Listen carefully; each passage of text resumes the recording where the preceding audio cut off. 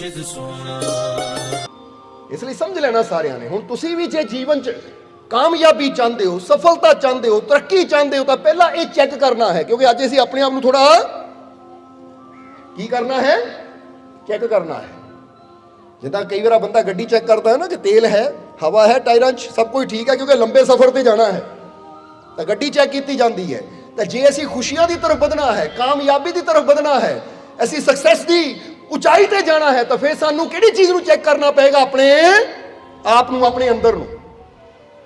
ਕਿਉਂਕਿ ਬਾਹਰਲਾ ਸਫ਼ਰ ਤੈਅ ਕਰਨਾ ਹੋਵੇ ਤਾਂ ਫਿਰ ਉੱਥੇ ਜਿਹੜੀ ਚੀਜ਼ 'ਚ ਅਸੀਂ ਜਾਣਾ ਹੈ ਉਹਨੂੰ ਦੇਖਣਾ ਪੈਂਦਾ ਹੈ। ਪਰ ਜਦੋਂ ਗੱਲ ਆਉਂਦੀ ਹੈ ਖੁਸ਼ੀਆਂ ਦੀ, ਗੱਲ ਆਉਂਦੀ ਹੈ ਕਾਮਯਾਬੀ ਦੀ, ਗੱਲ ਆਉਂਦੀ ਹੈ ਆਨੰਦ ਦੀ, ਸ਼ਾਂਤੀ ਦੀ, ਸਕੂਨ ਦੀ, ਤਾਂ ਫਿਰ ਚੈੱਕ ਕਰਨਾ ਪੈਂਦਾ ਹੈ ਆਪਣੇ ਅੰਦਰ ਨੂੰ।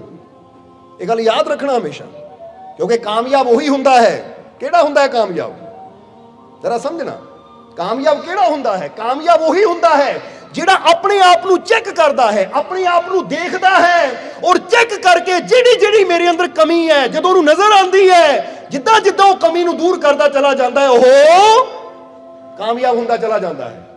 ਪਰ ਜੇ ਅਸੀਂ ਆਪਣੇ ਆਪ ਨੂੰ ਚੈੱਕ ਹੀ ਨਾ ਕਰਾਂਗੇ, ਆਪਣੀਆਂ ਕਮੀਆਂ ਨੂੰ ਹੀ ਨਾ ਦੇਖਾਂਗੇ, ਆਪਣੀਆਂ ਕਮੀਆਂ ਨੂੰ ਪਹਿਚਾਣਾਂਗੇ ਹੀ ਨਾ, ਆਪਣੀਆਂ ਕਮੀਆਂ ਨੂੰ ਜਾਣਾਂਗੇ ਹੀ ਨਾ, ਤਾਂ ਫਿਰ ਅਸੀਂ ਜਿੱਥੇ ਹਾਂ ਉੱਥੇ ਰਹਿ ਜਾਵਾਂਗੇ, ਫਿਰ ਕਦੀ ਅੱਗੇ ਵਧ ਹੀ ਨਹੀਂ ਪਾਵਾਂਗੇ ਅਸੀਂ। ਇਹ ਗੱਲ ਹਮੇਸ਼ਾ ਯਾਦ ਰੱਖਣਾ। ਇਸੇ ਲਈ ਤਾਂ ਕਿਹਾ ਜਾਂਦਾ ਹੈ ਕਿ ਇੱਕ ਫਕੀਰ ਨੇ ਬੜੀ ਪਿਆਰੀ ਗੱਲ ਕਹੀ ਸੀ। ਜਰਾ ਹੁਣ ਗੌਰ ਕਰਨ ਵਾਲੀ ਗੱਲ ਹੈ, ਇਹ ਤੁਸੀਂ ਵੀ ਸਮਝਣਾ ਹੈ, ਕਿਉਂਕਿ ਫਕੀਰਾਂ ਦੇ ਜੀਵਨ ਚੋਂ ਸਾਨੂੰ ਵੀ ਸਿੱਖਿਆ ਮਿਲਦੀ ਹੈ। ਪਰ ਉਹ ਸਿੱਖਿਆ ਸਿਰਫ ਸੁਣਨ ਨਾਲ ਨਹੀਂ ਫਾਇਦਾ ਦਿੰਦੀ, ਉੱਤੇ ਅਮਲ ਕਰਨ ਨਾਲ ਉਹ ਸਿੱਖਿਆ ਸਾਨੂੰ ਫਾਇਦਾ ਦਿੰਦੀ ਹੈ।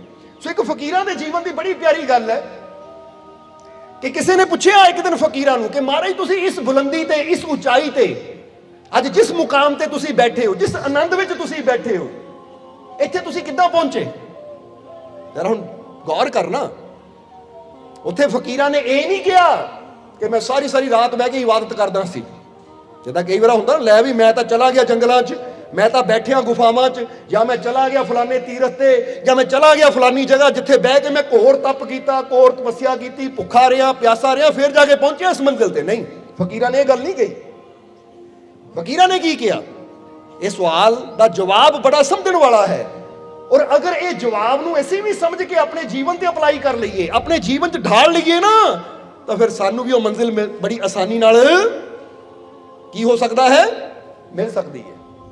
ਹੁਣ ਜ਼ਰਾ ਸਮਝਣਾ, ਜਦੋਂ ਫਕੀਰਾਂ ਨੂੰ ਪੁੱਛਿਆ ਉਹਨਾਂ ਦੇ ਪਿਆਰੇ ਨੇ ਕਿ ਮਹਾਰਾਜ ਤੁਸੀਂ ਇਸ ਮੁਕਾਮ ਤੇ ਕਿੱਦਾਂ ਪਹੁੰਚੇ, ਤੁਸੀਂ ਇਸ ਮੰਜ਼ਿਲ ਤੇ ਕਿੱਦਾਂ ਪਹੁੰਚੇ, ਅੱਜ ਜਿਹੜੇ ਆਨੰਦ ਵਿੱਚ ਹੋ ਤੁਸੀਂ, ਇਹ ਆਨੰਦ ਤੱਕ ਤੁਸੀਂ ਕਿੱਦਾਂ ਪਹੁੰਚੇ, ਜ਼ਰਾ ਇਹਦੇ ਬਾਰੇ ਦੱਸੋ। ਤਾਂ ਫਕੀਰਾਂ ਨੇ ਮੁਸਕਰਾ ਕੇ ਕਿਹਾ, ਬੇਟਾ ਇਹ ਰਾਜ ਦੀ ਗੱਲ ਹੈ, ਪਰ ਅੱਜ ਤੂੰ ਪੁੱਛ ਲਿਆ ਹੈ ਤਾਂ ਤੈਨੂੰ ਰਾਜ ਦੱਸ ਦਿੰਦੇ ਆ। ਕਿਉਂਕਿ ਰਾਜ ਖੋਲੇ ਵੀ ਉਹਨਾਂ ਸਾਹਮਣੇ ਜਾਂਦੇ ਜਿਹੜੇ ਰਾਜ ਦੀ ਗੱਲ ਪੁੱਛ ਲੈਂਦੇ ਹੈ। ਕਿਉਂਕਿ ਜਿੱਦਾਂ ਦਾ ਇਨਸਾਨ ਦਾ ਸਵਾਲ ਹੁੰਦਾ, ਫਿਰ ਜਵਾਬ ਵੀ ਫਕੀਰ ਉਦਾਂ ਦਾ ਹੀ ਦਿੰਦੇ ਹੈ। ਹੁਣ ਰੱਬ ਦੇ ਬਾਰੇ ਸਵਾਲ ਕਰਾਂਗੇ ਤਾਂ ਉਹ ਜਵਾਬ ਮਿਲ ਜਾਏਗਾ, ਧਿਆਨ ਬਾਰੇ ਪੁੱਛਾਂਗੇ ਤਾਂ ਉਹਦਾ ਜਵਾਬ ਮਿਲ ਜਾਏਗਾ, ਤੇ ਜੇ ਦੁਨੀਆ ਬਾਰੇ ਪੁੱਛਾਂਗੇ ਤਾਂ ਦੁਨੀਆ ਦਾ ਜਵਾਬ ਮਿਲ ਜਾਏਗਾ। ਕਿਉਂਕਿ ਜੈਸਾ ਇਨਸਾਨ ਦਾ ਸਵਾਲ ਹੋਣਾ ਹੈ, ਗੁਰੂਆਂ, ਰਹਿਬਰਾਂ, ਫਕੀਰਾਂ ਨੇ ਉੱਤਰ ਵੀ ਵੈਸਾ ਹੀ ਦੇ ਦੇਣਾ ਹੈ। ਕਈ ਵਾਰ ਰਮਜ਼ਾਂ 'ਚ ਸਵਾਲ ਹੁੰਦੇ ਤਾਂ ਰਮਜ਼ਾਂ 'ਚ ਹੀ ਉਹਦੇ ਜਵਾਬ ਵੀ ਫਕੀਰ ਦੇ ਦਿੰਦੇ ਆ। ਇਹ ਸਮਝ ਲੈਣਾ ਸਾਰਿਆਂ ਨੇ, ਕਿੰਨਾ ਸਵਾਲ ਹੁੰਦੇ ਆ ਰਮਜ਼ ਵਿੱਚ, ਰਮਜ਼ ਜੀ ਉਹਦਾ ਜਵਾਬ ਵੀ ਉਹ ਦੇ ਦਿੰਦੇ ਆ। ਇਸ ਲਈ ਇੱਥੇ ਗੱਲ ਬੜੀ ਸਮਝਣ ਵਾਲੀ, ਜਦੋਂ ਫਕੀਰਾਂ ਨੂੰ ਪੁੱਛਿਆ ਕਿ ਮਹਾਰਾਜ ਇਸ ਆਨੰਦ ਤੱਕ ਤੁਸੀਂ ਕਿੱਦਾਂ ਪਹੁੰਚੇ, ਤਾਂ ਫਕੀਰਾਂ ਨੇ ਕਿਹਾ ਰਾਜ ਦੀ ਗੱਲ ਹੈ, ਪਰ ਤੂੰ ਪੁੱਛਿਆ ਤਾਂ ਅੱਜ ਤੈਨੂੰ ਇਹ ਰਾਜ ਦੱਸ ਦਿੰਦੇ ਆ। ਕਹਿੰਦੇ ਹੁਣ ਸੁਣ ਕਿ ਸ਼ੁਰੂਆਤ ਵਿੱਚ ਜਦੋਂ ਮੈਂ ਮਾਂ ਦੇ ਗਰਭ ਚੋਂ ਜਨਮ ਲਿਆ, ਫਿਰ ਹੌਲੀ ਹੌਲੀ ਬਚਪਨ ਤੋਂ ਜਵਾਨੀ ਤੱਕ ਆਇਆ, ਤਾਂ ਮੈਂ ਵੀ ਪਾਪ ਕੀਤੇ, ਮੈਂ ਵੀ ਪਾਪੀ ਸੀ। ਜ਼ਰਾ ਗੌਰ ਕਰਨਾ, ਇਹ ਗੱਲ ਬੜੀ ਸਮਝਣ ਵਾਲੀ ਹੈ। ਨਹੀਂ ਤਾਂ ਅੱਜ ਦੇ ਸਮੇਂ ਅੰਦਰ ਤਾਂ ਇਨਸਾਨ ਕਦੀ ਮੰਨਣ ਨੂੰ ਤਿਆਰ ਹੀ ਨਹੀਂ ਕਿ ਮੈਂ ਕੋਈ ਪਾਪ ਕਰਦਾ। ਜੇ ਕੋਈ ਤੁਹਾਨੂੰ ਪੁੱਛੇ ਤੁਸੀਂ ਪਾਪ ਕਰਦੇ ਹੋ, ਨਹੀਂ ਮੈਂ ਤਾਂ ਕਦੀ ਪਾਪ ਕੀਤਾ ਹੀ ਨਹੀਂ, ਮੈਂ ਤਾਂ ਕੋਈ ਪਾਪ ਕਰਦਾ ਹੀ ਨਹੀਂ। ਤਾਂ ਪੁੱਛ ਕੇ ਦੇਖੋ ਆਪਣੇ ਆਪ ਨੂੰ, ਸ਼ਾਇਦ ਆਪਣੇ ਆਪ ਨੂੰ ਤੁਸੀਂ ਸੱਚ ਬੋਲਦੇ ਹੋ ਅੰਦਰ, ਹਾਂ ਪਾਪ ਤਾਂ ਮੈਂ ਬਹੁਤ ਕਰਦਾ, ਪਰ ਕੋਈ ਦੂਜਾ ਪੁੱਛੇ ਲੈ ਪਾਪ ਤਾਂ ਤੁਹਾਡੇ ਵਰਗੇ ਪਾਪੀਆਂ ਦਾ ਕੰਮ ਹੈ ਪਾਪ ਕਰਨਾ। ਇਹੀ ਕਿਤੇ ਪਾਪ ਕਰਦੇ, ਗੁੱਸਾ ਕਰਨਾ, ਇਹੀ ਕਿਤੇ ਗੁੱਸਾ ਕਰਦੇ, ਆਨੰਦ ਵਿੱਚ ਰਹੀਦਾ ਹੈ। ਉਹ ਤਾਂ ਮਾੜਾ ਮੋਟਾ ਬੱਚੇ ਕਦੀ ਕੋਈ ਗਲਤ ਹਰਕਤ ਕਰ ਦੇਣ ਫੇਰ ਗੁੱਸਾ ਆ ਜਾਂਦਾ, ਨਹੀਂ ਤਾਂ ਸਾਨੂੰ ਕਿੱਥੇ ਗੁੱਸਾ, ਇਹੀ ਤਾਂ ਸ਼ਾਂਤ ਰਹੀਦਾ ਹੈ। ਬੜੀ ਸਮਝਣ ਦੀ ਗੱਲ ਹੈ। ਬੰਦੇ ਦੇ ਜਵਾਬ ਦੇਖੋ, ਇਹ ਜਵਾਬ ਬੰਦਾ ਇਦਾਂ ਦੇ ਦਿੰਦਾ ਹੈ ਕਿ ਆਪਣੇ ਪਾਪਾਂ ਤੇ, ਆਪਣੀਆਂ ਕਮੀਆਂ ਤੇ ਪਰਦਾ ਪਾਉਂਦਾ ਹੈ। ਤਾਂ ਜਦੋਂ ਇਨਸਾਨ ਆਪਣੀਆਂ ਕਮੀਆਂ ਤੇ ਪਰਦਾ ਪਾਏਗਾ ਤਾਂ ਫਿਰ ਉਹਨਾਂ ਦਾ ਸੁਧਾਰ ਕਦੀ ਹੋ ਹੀ ਨਹੀਂ ਸਕਦਾ, ਕਿਉਂਕਿ ਜਿਹੜੀ ਚੀਜ਼ ਤੇ ਤੁਸੀਂ ਪਰਦਾ ਪਾਣਾ ਸ਼ੁਰੂ ਕਰ ਦਿੱਤਾ ਉਹ ਚੀਜ਼ ਦਾ ਤੁਸੀਂ ਸੁਧਾਰ ਕਿੱਦਾਂ ਕਰੋਗੇ? ਜਿਹੜੀ ਚੀਜ਼ ਨੂੰ ਤੁਸੀਂ ਸਮਝਣਾ ਸ਼ੁਰੂ ਕਰ ਦਿੱਤਾ ਕਿ ਹਾਂ ਮੇਰੇ ਅੰਦਰ ਇਹ ਪ੍ਰੋਬਲਮ ਹੈ, ਹਾਂ ਮੇਰੇ ਅੰਦਰ ਇਹ ਕਮੀ ਹੈ, ਇਹਨੂੰ ਸਮਝਾਂ ਔਰ ਇਹਦਾ ਹੱਲ ਕਰਨ ਦੀ ਕੋਸ਼ਿਸ਼ ਕਰਾਂ, ਫਿਰ ਹੱਲ ਹੁੰਦਾ ਹੈ। ਹੁਣ ਇੱਕ ਬੱਚੇ ਨੂੰ ਫਰਜ਼ ਕਰੋ ABC ਨਹੀਂ ਆਂਦੀ, ਪਰ ਉਹ ਮੰਨਣ ਨੂੰ ਹੀ ਤਿਆਰ ਨਹੀਂ ਹੈ ਕਿ ਲੈ ਮੈਨੂੰ ਆਂਦੀ ਹੈ, ਤੁਸੀਂ ਕਰ ਲਓ ਜੋ ਕਰਨਾ, ਮੈਨੂੰ ਆਂਦੀ ਹੈ, ਤਾਂ ਉਹ ਕਦੀ ਉਹਨੂੰ ਸਿੱਖ ਹੀ ਨਹੀਂ ਪਾਏਗਾ। ਤਾਂ ਜੇ ਮੰਨੇ ਬੱਚਾ ਹਾਂ ਮੇਰੇ ਅੰਦਰ ਇੱਕ ਕਮੀ ਹੈ, ਮੈਂ ਕੋਸ਼ਿਸ਼ ਕਰਨੀ ਹੈ, ਪ੍ਰੈਕਟਿਸ ਕਰਨੀ ਹੈ, ਤਾਂ ਕੋਸ਼ਿਸ਼ ਕਰਨ ਨਾਲ ਕਮੀ ਦੂਰ ਹੋ ਸਕਦੀ ਹੈ। ਕਿਉਂਕਿ ਕੋਈ ਇਦਾਂ ਦੀ ਕਮੀ ਨਹੀਂ ਹੈ, ਕੋਈ ਇਦਾਂ ਦੀ ਮੁਸ਼ਕਿਲ ਨਹੀਂ ਹੈ, ਕੋਈ ਇਦਾਂ ਦੀ ਪਰੇਸ਼ਾਨੀ ਨਹੀਂ ਹੈ ਜਿਹਦਾ ਹੱਲ ਨਾ ਹੋ ਸਕੇ। ਪਰ ਉਹਦੇ ਵਾਸਤੇ, ਹਰ ਮੁਸ਼ਕਿਲ ਦਾ ਹੱਲ ਕਰਨ ਵਾਸਤੇ, ਹਰ ਕਮੀ ਨੂੰ ਦੂਰ ਕਰਨ ਵਾਸਤੇ ਕੀ ਕਰਨੀ ਪੈਂਦੀ ਹੈ? ਤਿਆਰੀ। ਜਿਹੜਾ ਤਿਆਰੀ ਕਰਨ ਨੂੰ ਤਿਆਰ ਹੈ ਉਹੀ ਫਿਰ ਹਰ ਮੁਸ਼ਕਿਲ ਚੋਂ ਨਿਕਲ ਵੀ ਆਉਂਦਾ ਹੈ, ਹਰ ਪਰੇਸ਼ਾਨੀ ਦਾ ਹੱਲ ਵੀ ਉਹਨੂੰ ਮਿਲ ਜਾਂਦਾ ਹੈ। ਇਸ ਲਈ ਚੈੱਕ ਕਰੋ ਕਿ ਤੁਹਾਡੇ ਜੀਵਨ 'ਚ ਕੋਈ ਪਰੇਸ਼ਾਨੀ ਹੈ, ਮੁਸ਼ਕਿਲ ਹੈ। ਅਗਰ ਹੈ ਤਾਂ ਉਹਦੇ ਵਾਸਤੇ ਮੈਂ ਤਿਆਰੀ ਕੀ ਕਰ ਰਿਹਾ ਹਾਂ। ਅਗਰ ਮੇਰੇ ਅੰਦਰ ਕੋਈ ਪ੍ਰੋਬਲਮ ਹੈ, ਚਾਹੇ ਉਹ ਬਿਮਾਰੀ ਨੂੰ ਲੈ ਕੇ ਹੈ, ਚਾਹੇ ਕਿਸੇ ਵਿਕਾਰ ਨੂੰ ਲੈ ਕੇ ਹੈ, ਚਾਹੇ ਕਿਸੇ ਕਮੀ ਨੂੰ ਲੈ ਕੇ ਹੈ ਕਿ ਮੇਰੇ ਅੰਦਰ ਇਹ ਕਮੀ ਹੈ। ਕੋਈ ਕਹਿੰਦਾ ਮੈਨੂੰ ਝੂਠ ਬੋਲਣ ਦੀ ਆਦਤ ਹੈ, ਮੈਨੂੰ ਕ੍ਰੋਧ ਕਰਨ ਦੀ ਆਦਤ ਹੈ, ਮੈਨੂੰ ਆਹ ਬੁਰੀ ਆਦਤ ਹੈ, ਮੈਨੂੰ ਗਾਲੀ ਦੇਣ ਦੀ ਆਦਤ ਹੈ, ਜਾਂ ਮੇਰੇ ਅੰਦਰ ਕੋਈ ਰੋਗ ਹੈ। ਠੀਕ ਹੈ, ਮੇਰੇ ਅੰਦਰ ਪ੍ਰੋਬਲਮ ਹੈ। ਹੁਣ ਅਗਰ ਪ੍ਰੋਬਲਮ ਹੈ ਤਾਂ ਮੈਂ ਇਹਦਾ ਹੱਲ ਕੀ ਕਰ ਰਿਹਾ, ਤਿਆਰੀ ਕੀ ਕਰ ਰਿਹਾ? ਅਗਰ ਮੈਂ ਤਿਆਰੀ ਕਰ ਰਿਹਾ ਹਾਂ, ਹੱਲ ਕਰਨ ਦੀ ਕੋਸ਼ਿਸ਼ ਕਰ ਰਿਹਾ ਕਿ ਠੀਕ ਹੈ ਮੇਰੇ ਅੰਦਰ ਇਹ ਪ੍ਰੋਬਲਮ ਹੈ ਔਰ ਹੁਣ ਮੈਂ ਇਹਦਾ ਹੱਲ ਕਰਨਾ ਹੈ। ਅਗਰ ਮੈਨੂੰ ਨਹੀਂ ਪਤਾ ਇਹਦੇ ਹੱਲ ਦਾ ਤਾਂ ਮੈਂ ਜਾਵਾਂ ਉਹਨਾਂ ਦੇ ਕੋਲ ਜਿਨ੍ਹਾਂ ਨੂੰ ਇਹ ਹੱਲ ਦਾ ਪਤਾ ਹੈ, ਉਹਨਾਂ ਦੇ ਕੋਲ ਜਾ ਕੇ ਸਮਝਾਂ, ਸੁਣਾ, ਸਿੱਖਾਂ ਔਰ ਫਿਰ ਕੋਸ਼ਿਸ਼ ਕਰਾਂ, ਤਾਂ ਫਿਰ ਬੜੀ ਤੋਂ ਬੜੀ ਪ੍ਰੋਬਲਮ ਦਾ ਹੱਲ ਹੋ ਸਕਦਾ ਹੈ। ਇਹ ਗੱਲ ਯਾਦ ਰੱਖਣਾ ਕਿ ਜ਼ਿੰਦਗੀ ਬੜੀ ਛੋਟੀ ਹੈ। ਜੇ ਬੰਦਾ ਸੋਚੇ ਕਿ ਜ਼ਿੰਦਗੀ ਛੋਟੀ ਹੈ, ਮੈਂ ਆਪ ਹੀ ਪ੍ਰੋਬਲਮ ਨੂੰ ਸਮਝ ਕੇ, ਆਪ ਹੀ ਹੱਲ ਲੱਭ ਕੇ, ਆਪ ਹੀ ਇਹਦਾ ਹੱਲ ਕਰਨਾ ਹੈ, ਤਾਂ ਫਿਰ ਇਹਦੇ 'ਚ ਕਈ ਸਾਲ ਗੁਜ਼ਰ ਜਾਂਦੇ ਹੈ। ਔਰ ਅੱਜ ਦੀ ਸਮਝਦਾਰੀ ਦੀ ਗੱਲ ਕਿਹੜੀ ਹੁੰਦੀ ਹੈ ਕਿ ਅੱਜ ਜਿਹੜੀ ਪ੍ਰੋਬਲਮ ਤੁਹਾਨੂੰ ਹੈ ਨਾ, ਯਾਦ ਰੱਖੋ ਇਹ ਕੋਈ ਨਵੀਂ ਨਹੀਂ ਹੈ। ਇਹ ਪ੍ਰੋਬਲਮ ਵਿੱਚ ਲੱਖਾਂ ਹੀ ਲੋਕ ਸੀ ਔਰ ਲੱਖਾਂ ਹੀ ਇਹਦਾ ਹੱਲ ਕਰਕੇ ਪ੍ਰੋਬਲਮ ਚੋਂ ਨਿਕਲ ਚੁੱਕੇ ਹੈ। ਬਸ ਜ਼ਰੂਰਤ ਹੈ ਸਾਨੂੰ ਉਹਨਾਂ ਦੀ ਜ਼ਿੰਦਗੀ ਨੂੰ ਸਮਝ ਕੇ ਉਹਨਾਂ ਨੇ ਕੀ ਅਪਲਾਈ ਕੀਤਾ, ਕਿਹੜੇ ਰਸਤੇ ਚੱਲ ਕੇ ਪ੍ਰੋਬਲਮ ਤੋਂ ਨਿਕਲੇ, ਅਸੀਂ ਵੀ ਉਹਨਾਂ ਦੀ ਲਾਈਫ ਤੋਂ ਸਿੱਖਿਆ ਲੈ ਕੇ ਸਮਝ ਕੇ ਜਦੋਂ ਰਸਤੇ ਚਲਾਂਗੇ ਤਾਂ ਸਾਡੀ ਪ੍ਰੋਬਲਮ ਦਾ ਹੱਲ ਵੀ ਹੋ ਜਾਏਗਾ। ਸਮਝਦੇ ਹੋ ਕਿ ਨਹੀਂ? ਇਹਨੂੰ ਇਦਾਂ ਸਮਝ ਲਓ ਕਿ ਇੱਕ ਜੰਗਲ ਵਿੱਚ ਇੱਕ ਪਿਆਸਾ ਇਨਸਾਨ, ਉਹਨੂੰ ਪਤਾ ਨਹੀਂ ਹੈ ਕੂਆ ਕਿੱਥੇ ਹੈ, ਉਹਨੂੰ ਪਤਾ ਨਹੀਂ ਹੈ ਪਾਣੀ ਕਿੱਥੇ ਹੈ। ਹੁਣ ਉਹ ਬੜਾ ਪਿਆਸ ਨਾਲ ਤੜਫ ਰਿਹਾ ਹੈ ਔਰ ਤੜਫ ਰਿਹਾ ਹੈ ਪਿਆਸ ਦੇ ਨਾਲ, ਲੱਭ ਰਿਹਾ ਹੈ ਕੂਆ, ਲੱਭ ਰਿਹਾ ਹੈ ਪਾਣੀ ਨੂੰ, ਪਰ ਕਿਤੇ ਪਾਣੀ ਦਾ ਪਤਾ ਹੀ ਨਹੀਂ ਉਹਨੂੰ ਕਿ ਜੰਗਲ 'ਚ ਹੈ ਕਿੱਥੇ, ਕਿਹੜੀ ਦਿਸ਼ਾ 'ਚ ਜਾਵਾਂ, ਲੈਫਟ ਜਾਵਾਂ, ਰਾਈਟ ਜਾਵਾਂ, ਸਿੱਧੇ ਜਾਵਾਂ, ਪਿੱਛੇ ਜਾਵਾਂ, ਕਿੱਧਰ ਜਾਵਾਂ ਮੈਂ, ਸੱਜੇ ਖੱਬੇ ਅੱਗੇ ਪਿੱਛੇ ਕਿੱਧਰ ਜਾਵਾਂ, ਉਹਨੂੰ ਪਤਾ ਹੀ ਨਹੀਂ ਹੈ। 4 ਕਦਮ ਇੱਧਰ ਜਾਂਦਾ ਹੈ, ਪਰੇਸ਼ਾਨੀ ਨਾਲ ਫਿਰ ਇੱਧਰ ਜਾਂਦਾ ਹੈ, ਫਿਰ ਇੱਧਰ ਜਾਂਦਾ, ਕੂਆ ਨਹੀਂ ਮਿਲ ਰਿਹਾ। ਤਾਂ ਇੱਕ ਆਦਮੀ ਅੱਗਿਓਂ ਆਂਦਾ ਹੈ ਜਿਹਨੂੰ ਜੰਗਲ ਬਾਰੇ ਸਭ ਕੁਝ ਪਤਾ ਹੈ। ਹੁਣ ਉਹ ਆਦਮੀ ਅੱਗਿਓਂ ਆਂਦਾ ਹੈ ਔਰ ਆ ਕੇ ਉਹਨੂੰ ਪੁੱਛਦਾ ਹੈ, ਭਾਈ ਭਟਕ ਕਿਉਂ ਰਿਹਾ ਹੈ, ਕੀ ਗੱਲ, ਪਰੇਸ਼ਾਨੀ ਕੀ ਹੈ? ਅੱਗਿਓਂ ਕਵੇ ਚਲੋ ਵੱਡਾ ਗਿਆਨੀ ਆਇਆ ਹੈ, ਪਿੱਛੇ ਹੋ, ਪ੍ਰੋਬਲਮ ਮੇਰੀ ਹੈ, ਪਰੇਸ਼ਾਨੀ ਮੇਰੀ, ਹੱਲ ਵੀ ਮੈਂ ਕਰਨਾ ਹੈ। ਉਹਦੀ ਗੱਲ ਸੁਣੇ ਹੀ ਨਾ, ਉਹਦੀ ਗੱਲ ਮੰਨੇ ਹੀ ਨਾ ਕਿ ਜਾ ਮੈਂ ਤੇਰੀ ਗੱਲ ਨਹੀਂ ਮੰਨਦਾ, ਮੈਂ ਤੇਰੀ ਗੱਲ ਨਹੀਂ ਸੁਣਦਾ, ਮੈਂ ਸਭ ਤੋਂ ਸਮਝਦਾਰ ਹਾਂ, ਜੋ ਤੂੰ ਦੱਸਣਾ ਮੈਨੂੰ ਪਹਿਲਾਂ ਹੀ ਪਤਾ ਹੈ, ਤੈਨੂੰ ਦੱਸਣ ਦੀ ਕੀ ਲੋੜ ਹੈ, ਤੇ ਤੂੰ ਮੈਂ ਕਿਉਂ ਪੁੱਛਾਂ। ਇਸ ਲਈ ਉਹਦੀ ਗੱਲ ਸੁਣੇ ਹੀ ਨਾ ਤਾਂ ਫਿਰ ਕੀ ਹੋਏਗਾ? ਫਿਰ ਕੀ ਹੋਏਗਾ? ਪਾਣੀ ਵੀ ਨਹੀਂ ਮਿਲਣਾ ਔਰ ਪਾਣੀ ਦੀ ਤਲਾਸ਼ ਵਿੱਚ ਪਤਾ ਵੀ ਨਹੀਂ ਜਾਣਾ ਕਿੱਥੇ ਹੈ, ਤਾਂ ਸ਼ਾਇਦ ਪਾਣੀ ਲੱਭਦਾ ਲੱਭਦਾ ਆਪਣੀ ਜਾਨ ਹੀ ਗਵਾ ਬੈਠੇ।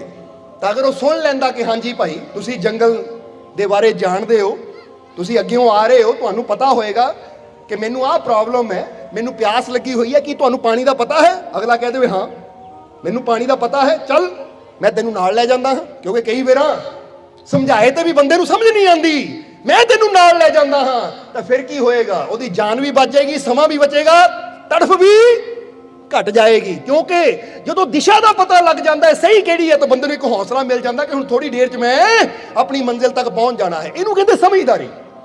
ਅੱਜ ਜੀਵਨ 'ਚ ਇਦਾਂ ਹੀ ਸਾਨੂੰ ਸਮਝਣਾ ਪੈਣਾ ਹੈ ਕਿ ਸਾਡੇ ਜੀਵਨ 'ਚ ਵੀ ਪ੍ਰੋਬਲਮਾਂ ਬੜੀਆਂ ਹੈ, ਪਰੇਸ਼ਾਨੀਆਂ ਬੜੀਆਂ ਹੈ, ਤਕਲੀਫਾਂ ਬੜੀਆਂ ਹੈ।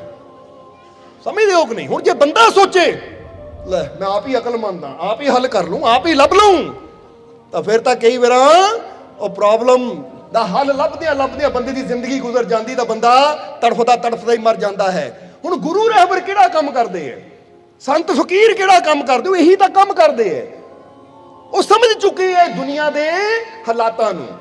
ਕਿਉਂਕਿ ਇੱਕ ਗੱਲ ਹਮੇਸ਼ਾ ਯਾਦ ਰੱਖਣਾ, ਜਿੱਦਾਂ ਅਸੀਂ ਕਈ ਵਾਰ ਦੱਸੀਦਾ ਹੈ ਕਿ ਦੁੱਖ ਪਰੇਸ਼ਾਨੀਆਂ ਬਾਹਰਲੇ ਹਾਲਾਤਾਂ ਕਰਕੇ ਘੱਟ ਹੁੰਦੀਆਂ ਹੈ ਤਾਂ ਆਪਣੀ ਨਾ ਸਮਝੀ ਕਰਕੇ, ਆਪਣੀ ਅਗਿਆਨਤਾ ਕਰਕੇ ਜ਼ਿਆਦਾ ਹੁੰਦੀਆਂ ਹੈ।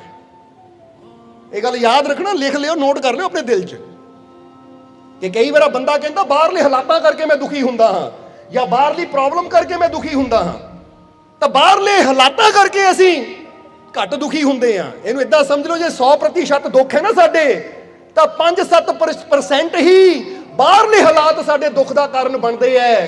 ਜ਼ਿਆਦਾਤਰ ਅਸੀਂ 93 ਜਾਂ 95% ਦੁਖੀ ਆਪਣੀ ਅਗਿਆਨਤਾ, ਆਪਣੀ ਨਾ ਸਮਝੀ, ਆਪਣੇ ਅੰਦਰਲੀਆਂ ਕਮੀਆਂ ਕਰਕੇ ਹੁੰਦੇ ਆ। ਬੋਲੋ ਸਮਝਦੇ ਹੋ ਕਿ ਨਹੀਂ?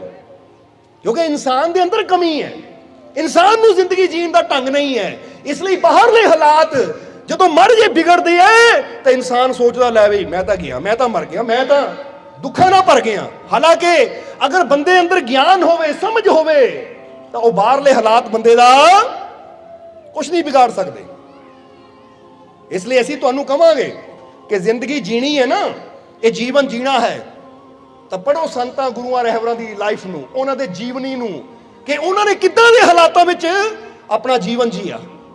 ਅੱਜ ਬੰਦਾ ਕਹਿੰਦਾ ਹੈ ਮੈਂ ਤਾਂ ਸ਼ਾਂਤ ਰਹਿਣਾ ਸੀ ਪਰ ਉਹਦੇ ਕਰਕੇ ਮੈਨੂੰ ਗੁੱਸਾ ਆ ਗਿਆ, ਉਹਦੀਆਂ ਹਰਕਤਾਂ ਨੇ ਮੇਰੇ ਅੰਦਰ ਕ੍ਰੋਧ ਪੈਦਾ ਕਰ ਦਿੱਤਾ, ਉਹਦੀਆਂ ਹਰਕਤਾਂ ਨੇ ਮੇਰੇ ਅੰਦਰ ਦੁਵੇਸ਼ ਪੈਦਾ ਕਰ ਦਿੱਤਾ, ਨਫ਼ਰਤ ਪੈਦਾ ਕਰ ਦਿੱਤੀ, ਉਹਦੀ ਕਰਨੀ ਨੇ ਮੇਰੇ ਅੰਦਰ ਨਫ਼ਰਤ ਪੈਦਾ ਕੀਤੀ, ਉਹਦੀਆਂ ਹਰਕਤਾਂ ਨੇ ਮੇਰੇ ਅੰਦਰ ਕ੍ਰੋਧ ਗੁੱਸਾ ਪੈਦਾ ਕੀਤਾ। ਅੱਜ ਬੰਦਾ ਆਪਣੀ ਕਮੀ ਨਹੀਂ ਸਮਝਦਾ, ਦੋਸ਼ ਦਿੰਦਾ ਹੈ ਦੂਜੇ ਨੂੰ। ਤਾਂ ਅਸੀਂ ਇੱਥੇ ਸਵਾਲ ਕਰਨਾ ਚਾਹਾਂਗੇ ਉਹਨਾਂ ਨੂੰ ਜਿਹੜੇ ਇਹ ਗੱਲ ਕਹਿੰਦੇ ਐ ਕਿ ਦੂਜੇ ਦੀਆਂ ਹਰਕਤਾਂ ਕਰਕੇ, ਦੂਜੇ ਦੀਆਂ ਗੱਲਾਂ ਕਰਕੇ, ਦੂਜੇ ਦੇ ਕਰਕੇ ਮੈਨੂੰ ਗੁੱਸਾ ਆਇਆ, ਦੂਜੇ ਦੇ ਕਰਕੇ ਮੇਰੇ ਅੰਦਰ ਨਫ਼ਰਤ ਪੈਦਾ ਹੋਈ। ਤੇ ਅਸੀਂ ਕਵਾਂਗੇ ਕਿ ਪੂਰੇ ਰੋਮਨ ਸਾਮਰਾਜਿਆਂ ਨੇ, ਰੋਮਨ ਸੈਨਾ ਨੇ, ਰੋਮਨ ਰਾਜਿਆਂ ਨੇ ਪੂਰੀ ਕੋਸ਼ਿਸ਼ ਕੀਤੀ ਜੀਸਸ ਦੇ ਅੰਦਰ ਗੁੱਸਾ ਪੈਦਾ ਕਰਨ ਦੀ, ਨਫ਼ਰਤ ਪੈਦਾ ਕਰਨ ਦੀ, ਦੁਵੇਸ਼ ਪੈਦਾ ਕਰਨ ਦੀ। ਹੱਥਾਂ 'ਚ ਕਿੱਲ ਵੀ ਠੋਕੇ, ਪੈਰਾਂ 'ਚ ਕਿੱਲ ਠੋਕੇ, ਸਲੀਬ ਤੇ ਵੀ ਚੜਾਇਆ, ਪਰ ਕੀ ਉਹ ਜੀਸਸ ਦੇ ਅੰਦਰ ਕ੍ਰੋਧ ਪੈਦਾ ਕਰ ਪਾਏ, ਨਫ਼ਰਤ ਪੈਦਾ ਕਰ ਪਾਏ? ਕੀ ਉਹ ਜੀਸਸ ਦੇ ਅੰਦਰ, ਜੀਸਸ ਕ੍ਰਾਈਸਟ ਦੇ ਅੰਦਰ ਕੋਈ ਬੈਰ ਭਾਵਨਾ ਪੈਦਾ ਕਰ ਪਾਏ? ਨਹੀਂ, ਕਿਉਂਕਿ ਜ਼ਿੰਦਗੀ ਸੀ, ਆਪਣੇ ਆਪ ਨੂੰ ਉਹਨਾਂ ਨੇ ਕਾਬੂ ਕੀਤਾ ਸੀ, ਆਪਣੇ ਅੰਦਰ ਨੂੰ ਕੰਟਰੋਲ ਕੀਤਾ ਸੀ ਕਿ ਬਾਹਰਲੇ ਕੋਈ ਚੀਜ਼, ਬਾਹਰਲਾ ਕੋਈ ਹਾਲਾਤ ਮੇਰੇ ਅੰਦਰ ਨਫ਼ਰਤ ਨੂੰ, ਕ੍ਰੋਧ ਨੂੰ ਪੈਦਾ ਨਹੀਂ ਕਰ ਸਕਦਾ, ਕਿਉਂਕਿ ਮੈਂ ਆਪਣੇ ਆਪ ਨੂੰ ਜਿੱਤਿਆ ਹੋਇਆ ਹੈ। ਇਹਨੂੰ ਕਹਿੰਦੇ ਅਸਲੀ ਵਿਜੇਤਾ, ਇਹਨੂੰ ਕਹਿੰਦੇ ਅਸਲੀ ਲਾਈਫ, ਕਿਉਂਕਿ ਪੂਰਾ ਕੰਟਰੋਲ ਮੇਰੀ ਜ਼ਿੰਦਗੀ ਦਾ ਮੇਰੇ ਹੱਥ 'ਚ ਹੈ। ਜੇ ਦੂਜੇ ਦੀ ਥੋੜੀ ਜਿਹੀ ਹਰਕਤ ਨਾਲ ਮੇਰੇ ਅੰਦਰ ਕ੍ਰੋਧ ਆ ਗਿਆ, ਦੂਜੇ ਦੀ ਥੋੜੀ ਜਿਹੀ ਗੱਲ ਨਾਲ ਮੇਰੇ ਅੰਦਰ ਨਫ਼ਰਤ ਪੈਦਾ ਹੋ ਗਈ, ਤਾਂ ਇਹਦਾ ਮਤਲਬ ਮੇਰੀ ਜ਼ਿੰਦਗੀ ਦਾ ਕੰਟਰੋਲ ਮੇਰੇ ਹੱਥ 'ਚ ਨਹੀਂ ਹੈ, ਇਹ ਦੂਜੇ ਦੇ ਹੱਥ 'ਚ ਹੈ। ਕਿ ਦੂਜਾ ਚਾਹਵੇ ਮੇਰੇ ਅੰਦਰ ਗੁੱਸਾ ਭਰ ਦੇਵੇ, ਦੂਜਾ ਚਾਹਵੇ ਮੇਰੇ ਅੰਦਰ ਨਫ਼ਰਤ ਭਰ ਦੇਵੇ, ਫਿਰ ਤੁਹਾਡੀ ਜ਼ਿੰਦਗੀ ਨਾ ਹੋਈ, ਤੁਸੀਂ ਡਸਟਬਿਨ ਹੋ ਗਏ ਕਿ ਜਿਹੜਾ ਮਰਜ਼ੀ ਆਵੇ ਆ ਕੇ ਜੋ ਮਰਜ਼ੀ ਪਾ ਜਾਵੇ। ਫਿਰ ਜ਼ਿੰਦਗੀ ਕਾਹਦੀ ਤੁਹਾਡੀ? ਇੱਕ ਡਸਟਬਿਨ ਹੁੰਦਾ ਨਾ, ਡਸਟਬਿਨ ਯਾਨੀ ਪੰਜਾਬੀ 'ਚ ਉਹਨੂੰ ਕਹਿ ਦਈਏ ਇੱਕ ਕਚਰਾ ਪਾਉਣ ਵਾਲਾ ਬੈਗ, ਕਿ ਬੰਦਾ ਕਹਿੰਦਾ ਕਚਰਾ ਪਿਆ ਇੱਥੇ, ਇੱਕ ਟੋਕਰੀ ਰੱਖੀ ਹੁੰਦੀ ਹੈ ਕਚਰੇ ਦੀ, ਜਾਂ ਇੱਕ ਬੰਦੇ ਨੇ ਨਾ ਬੋਰੀ ਰੱਖੀ ਹੁੰਦੀ ਹੈ ਜਿਹ ਕਚਰਾ ਪਾਇਆ ਹੁੰਦਾ ਹੈ। ਹੁਣ ਜਿਹੜਾ ਵੀ ਆਂਦਾ ਹੈ ਉਹ ਜੋ ਵੀ ਖਾਂਦਾ ਚੱਕ ਕੇ ਕਚਰਾ ਉਹ 'ਚ ਪਾ ਦਿੰਦਾ ਹੈ। ਇਹਦਾ ਮਤਲਬ ਡਸਟਬਿਨ ਦੀ ਕੋਈ ਜ਼ਿੰਦਗੀ ਨਹੀਂ ਹੈ। ਉਹ ਜੋ ਹੈ, ਜੋ ਵੀ ਮਰਜ਼ੀ ਉਹ 'ਚ ਪਾ ਜਾਵੇ, ਕੋਈ ਥੁੱਕ ਜਾਵੇ, ਕੋਈ ਗੰਦਗੀ ਪਾਵੇ, ਕੋਈ ਪਾਣੀ, ਕੋਈ ਜੋ ਵੀ, ਯਾਨੀ ਜੋ ਵੀ ਹੈ ਨਾ ਸਿੱਟ ਸਕਦਾ ਉਹਦੇ 'ਚ। ਹੁਣ ਜਰਾ ਸੋਚੋ, ਅਗਰ ਕੋਈ ਵੀ ਆ ਕੇ ਤੁਹਾਡੇ ਅੰਦਰ ਨਫ਼ਰਤ ਪੈਦਾ ਕਰ ਜਾਵੇ, ਉਹਦੀ ਹਰਕਤ ਕੀਤੀ, ਮੇਰੇ ਅੰਦਰ ਗੁੱਸਾ ਆ ਗਿਆ, ਯਾਨੀ ਉਹਦਾ ਤੁਹਾਡੇ ਅੰਦਰ ਗੁੱਸਾ ਭਰ ਦਿੱਤਾ, ਕਿਉਂਕਿ ਤੁਸੀਂ ਵੀ ਤਾਂ ਡਸਟਬਿਨ ਨੂੰ ਭਰਦੇ ਹੋ ਨਾ ਗੰਦਗੀ ਨਾਲ, ਕੂੜੇ ਨਾਲ, ਕਚਰੇ ਨਾਲ। ਹੁਣ ਕੋਈ ਆਵੇ, ਕਚਰਾ ਭਰ ਜਾਵੇ ਤੁਹਾਡੇ ਅੰਦਰ, ਕੋਈ ਆਵੇ ਬੁਰਾਈ ਭਰ ਜਾਵੇ, ਨਫ਼ਰਤ ਭਰ ਜਾਵੇ ਤੁਹਾਡੇ ਅੰਦਰ, ਤਾਂ ਤੁਹਾਡੇ 'ਚ ਤਾਂ ਡਸਟਬਿਨ 'ਚ ਫਰਕ ਕੀ ਰਹਿ ਗਿਆ?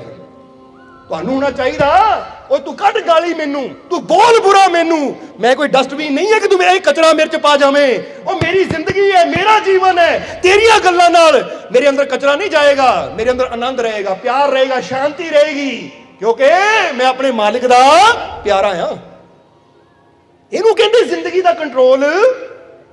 ਬੰਦਾ ਦੂਜੇ ਨੂੰ ਦੋਸ਼ ਦਿੰਦਾ ਹੈ ਕਿ ਲੈ ਵੀ ਦੂਜੇ ਦੀ ਹਰਕਤਾਂ ਕਰਕੇ, ਦੂਜੇ ਦੀ ਕਰਨੀ ਕਰਕੇ ਮੈਨੂੰ ਗੁੱਸਾ ਆ ਗਿਆ, ਮੈਂ ਤਾਂ ਨਫ਼ਰਤ ਕਰਦਾ ਹੀ ਨਹੀਂ, ਪਰ ਉਹਨਾਂ ਹਰਕਤ ਇਦਾਂ ਦੀ ਕੀਤੀ। ਅਸੀਂ ਕਹਿੰਦੇ ਸੋਚੋ, ਸੋਚੋ, ਜਿੱਦਾਂ ਜੀਸਸ ਕ੍ਰਾਈਸਟ ਦੀ ਗੱਲ ਕੀਤੀ ਕਿ ਤੁਹਾਡੇ ਨਾਲ ਕੋਈ ਬੁਰਾ ਬੋਲਿਆ ਹੀ ਹੋਏਗਾ, ਕਿਸੇ ਨੇ ਗਾਲੀ ਕੱਢੀ ਹੋਏਗੀ, ਕਿਸੇ ਨੇ ਹੱਥ ਹੀ ਚੱਕਿਆ ਹੋਏਗਾ ਤੁਹਾਡੇ ਤੇ, ਪਰ ਕਿੱਲਾਂ ਤਾਂ ਨਹੀਂ ਠੋਕੀਆਂ ਹੱਥਾਂ 'ਚ, ਸਲੀਬ ਤੇ ਤਾਂ ਨਹੀਂ ਚੜਾਇਆ ਤੁਹਾਨੂੰ ਪੈਰਾਂ 'ਚ ਕਿੱਲਾਂ ਠੋਕ ਕੇ, ਜਾਂ ਗੁਰੂਆਂ ਵਾਂਗੂ ਤੱਤੀਆਂ ਤਵੀਆਂ ਤੇ ਤਾਂ ਨਹੀਂ ਬਿਠਾਇਆ ਨਾ, ਜਾਂ ਮਹਾਤਮਾ ਬੁੱਧ ਮੰਗੋ ਜਾਂ ਮਹਾਵੀਰ ਮੰਗੋ। ਮਹਾਤਮਾ ਬੁੱਧ ਦੇ ਪਿੱਛੇ ਕੁੱਤੇ ਛੱਡੇ ਗਏ, ਕਿੰਨਾ ਉਹਨਾਂ ਨੂੰ ਤਕਲੀਫਾਂ ਦਿੱਤੀਆਂ ਗਈਆਂ, ਮੁਹੰਮਦ ਸਾਹਿਬ ਦੇ ਪੱਥਰ ਮਾਰੇ ਗਏ, ਮਹਾਵੀਰ ਦੇ ਕੰਨਾਂ 'ਚ ਕਿੱਲਾਂ ਠੋਕ ਦਿੱਤੀਆਂ ਗਈਆਂ। ਉਹ ਸ਼ਾਹ ਮਨਸੂਰ ਦੇ ਤਾਂ ਇੰਨਾ ਹੋ ਗਿਆ ਕਿ ਨੱਕ, ਕੰਨ, ਬੁੱਲ, ਹੱਥ ਪੈਰ ਵੱਢ ਕੇ ਸੂਲੀ ਚੜਾਇਆ ਗਿਆ, ਪਰ ਫਿਰ ਵੀ ਉਹਨਾਂ ਅੰਦਰੋਂ ਨਫ਼ਰਤ ਪੈਦਾ ਨਹੀਂ ਕਰ ਪਾਏ। ਫਿਰ ਵੀ ਉਹਨਾਂ ਅੰਦਰ द्वेष, क्रोध, गुस्सा, बुरी भावना पैदा नहीं कर पाए, क्योंकि उन्होंने कंट्रोल उसले सोचा करो कि मैनू माड़ी जी किसी की गल ते गुस्सा आ जाता है, माड़ियां गल्लां मेरे अंदर नफरत पैदा कर दिंदियां है, माड़ियां गल्लां मेरे अंदर बुरी भावना पैदा कर दिंदियां। इसदा मतलब की है? इसदा मतलब है कि मेरी जिंदगी का कंट्रोल मेरे हाथ च है ही नहीं। जिंदगी जीनी है तो गुरुआं, रहबरां, संतां, महापुरुषां दी जिंदगी तो शिक्षा लईए कि जीवन होवे तां ऐसा होवे, जिंदगी होवे तां ऐसी होवे जिहदा कंट्रोल। फिर तुहानूं कहांगे कि डस्टबिन ना बनो कि जिहड़ा आवे माड़ी गल करके कचरा पा जावे तुहाडे अंदर, क्योंकि नफरत की है, क्रोध की है, बुरी सोच की है, निंदिया की है, चुगली की है, बुरी भावना की है। जदों कोई तुहाडे कोल आके किसी दी निंदिया करदा ना, किसी दी बुराई करदा है, तां समझ लो तुहाडे अंदर कचरा ही पा रहा है। तुहाडा दिल चंगा भला साफ सी, पर उन्हें दसिया आके वो फलाना तेरे बारे इदां बोलदा है, वो फलाना तेरे नाल इदां करदा है। हुण वो बेचारा करदा भी ना होवे, ओहदियां गल्लां सुन के वो कचरा तुहाडे अंदर बह गया कि हुण वो कचरा तुहाडे अंदर रड़कदा रहेगा हर वेले। जिद्दां अख 'च कोई रेत दा कण चला जावे ना तां अख रड़कदी है, चैन नहीं आंदा, अख बंद भी नहीं हुंदी, तकलीफ हुंदी है। फिर वो गल्लां भी कचरे तरह तुहाडे अंदर रड़कणगीआं, तुहानूं रात नूं नींद नहीं आएगी। हाय उन्हां मेरे बारे इदां बोलिया, उन्हां मेरे बारे इदां कह दित्ता। वो ये कचरे दीयां गल्लां, कचरा घर तो बाहर ही रहना चाहिदा है। इसलिए जिद्दां अपने दुनियावी यानी मकान का ख्याल करते हो ना कि ये अंदर कचरा ना आवे, इसी तरह अपने आ मकान का भी ख्याल करिया करो। जिस्म भी एक रूह का घर है, जिहड़ी आत्मा रहिंदी है ना, ओहदा मकान है तुहाडा शरीर। इहदा भी ख्याल रखिया करो कि जे मैं चाहता मेरी आत्मा सुकून च रवे, शांति च रवे। जिद्दां बंदा कहंदा ना कि मरण तो बाद मेरी आत्मा नूं शांति मिले, तो याद रखो जे जींदे जी शांति ना तुहाडी आत्मा नूं मिली तो मरण तो बाद की मिलनी है। ये गल हमेशा याद रखना। पर मरण तो बाद तां कह दिता जाता कि हो गई ओहदी आत्मा शांत, क्योंकि नजर नहीं आती। इसलिए जो मर्जी कह दियो स्वर्ग चली गई, कह दियो फलानी जगह चली गई ओह, क्योंकि किहड़ा नजर आती है। पर जींदे जी जिन्हें आनंद नूं जानिया है फिर अगे भी उही आनंद नूं पाएगा। जींदे जी हर वेले तू मैं होई जावे, जींदे जी क्रोध करी जावे, गालां देई जावे, बुरा बोली जावे, तो मरण तो बाद कहना लो जी इन्हां दी आत्मा नूं शांति मिल गई। वो जींदे जी नहीं मिली तो मरण तो बाद की मिल जानी है। इसलिए समझना जरा सारिਆਂ ने, शांति फिर ही तुहाडी आत्मा नूं मिलेगी जदों तुसीं ये शरीर जो कि आत्मा का मकान है, इहदे अंदर कचरा पाना की करना है, बंद करोगे। नहीं तो तुसीं अज ही करके देख लियो कि अपने घर के अंदर ही ना ड्राइंग रूम होवे, बैडरूम होवे, थोड़ा जिहा कचरा खिलार दिओ, गोबर वगैरह गंदगी खिलार दिओ, देखियो तुहानूं चैन नहीं आएगी, बेचैनी हो जाएगी कि किद्दां इदां दे गंदे घर च मैं बैठा, घरों बाहर जाण नूं दिल करेगा। इदां ही तां अज इंसान भी बुरा सुन सुन के, बुरा देख देख के, बुरा कर करके इन्नी गंदगी अपने अंदर भर चुका कि आत्मा नूं चैन मिलदा नहीं। फिर बंदा कहता रात नूं नींद नहीं आती, गोली खानी पैंदी है, दिन नूं चैन नहीं आंदा, मैनूं आराम नहीं आंदा, शांति नहीं मेरी आत्मा नूं। मेरी आत्मा बड़ी शांत है, मेरे अंदर शांति है नहीं। किद्दां शांति आवे? कर ले दिल दी सफाई। ये शांति फिर ही आएगी जदों अंदर दी सफाई करेगा। ताही तो बुल्ले शाह ने भी यही कई बार दसी था, उन्होंने कहा कि गंगा गया भी गल नहीं बननी। बोलो समझते हो कि नहीं? ना ही मक्के गया गल बननी है, ना ही तस्वीर फड़िया गल बननी है। गल बननी कदों है? जदों अपनी मैं नूं, अपने हंकार नूं, अपने मन नूं साफ करेगा। या कहा ना जे रब नहातियां धोतियां मिलदा मिलदा कह दिओ डड्डूआं मच्छियां नूं, जे रब जंगल फिरिया मिलदा मिलदा गौआं बच्छियां नूं। बुल्ले शाह रब किहनां नूं मिलदा? कहंदे किहनूं मिलदा है रब? फिर जवाब दिंदे साफ दिलां वाले सच्चियां नूं। जिन्हां दे दिल साफ है रब उन्हां नूं मिलदा, रब दीयां रहमतां उन्हां नूं मिलदियां है। ये दिल साफ दा मतलब है तेरे अंदर कचरा नहीं होना चाहिदा। पर इंसान घर नूं तां बचांदा, जिद्दां असीं कई बार दसी ना, कोई आवे टोकरी लैके तुहाडे घर च गंदगी पा देवे, तुसीं एक बार देखोगे, दो बार देखोगे, तीजी बार उहनूं बाहर ही कड्डोगे। चल भी बाहर, तू जद भी आंदा कचरा खिलार के चल जांदा है। घर की ना फिक्र करते हो, कोई गंदगी ना खिलारे, तो थोड़ा जिहा आह घर की भी फिक्र करिया करो, जे आत्मा 24 घंटे रहिंदी है। क्योंकि आ बाहरला घर तो कई बार ऑफिस जाते हो, देश नूं चले प्रदेश नूं चले जाते हो, देश नूं छड्ड के, तो किन्ने साल अपने घर चों बाहर रहना पैंदा, पर आह घर तो 24 घंटे नाल ही रहिंदा ना। फिर उहदे नालों ज़्यादा इहदा ख्याल रखना, अगर जीवन च खुशी चाहिए है, अगर शांति चाहिए है, इसलिए इहदा ख्याल रखो कि मेरे अंदर कोई कचरा ना पावे, मेरे अंदर कोई बुराई ना पावे। और ये जाती किद्दां है, जो बुरा देखते हैं, बुरा सुनते हैं।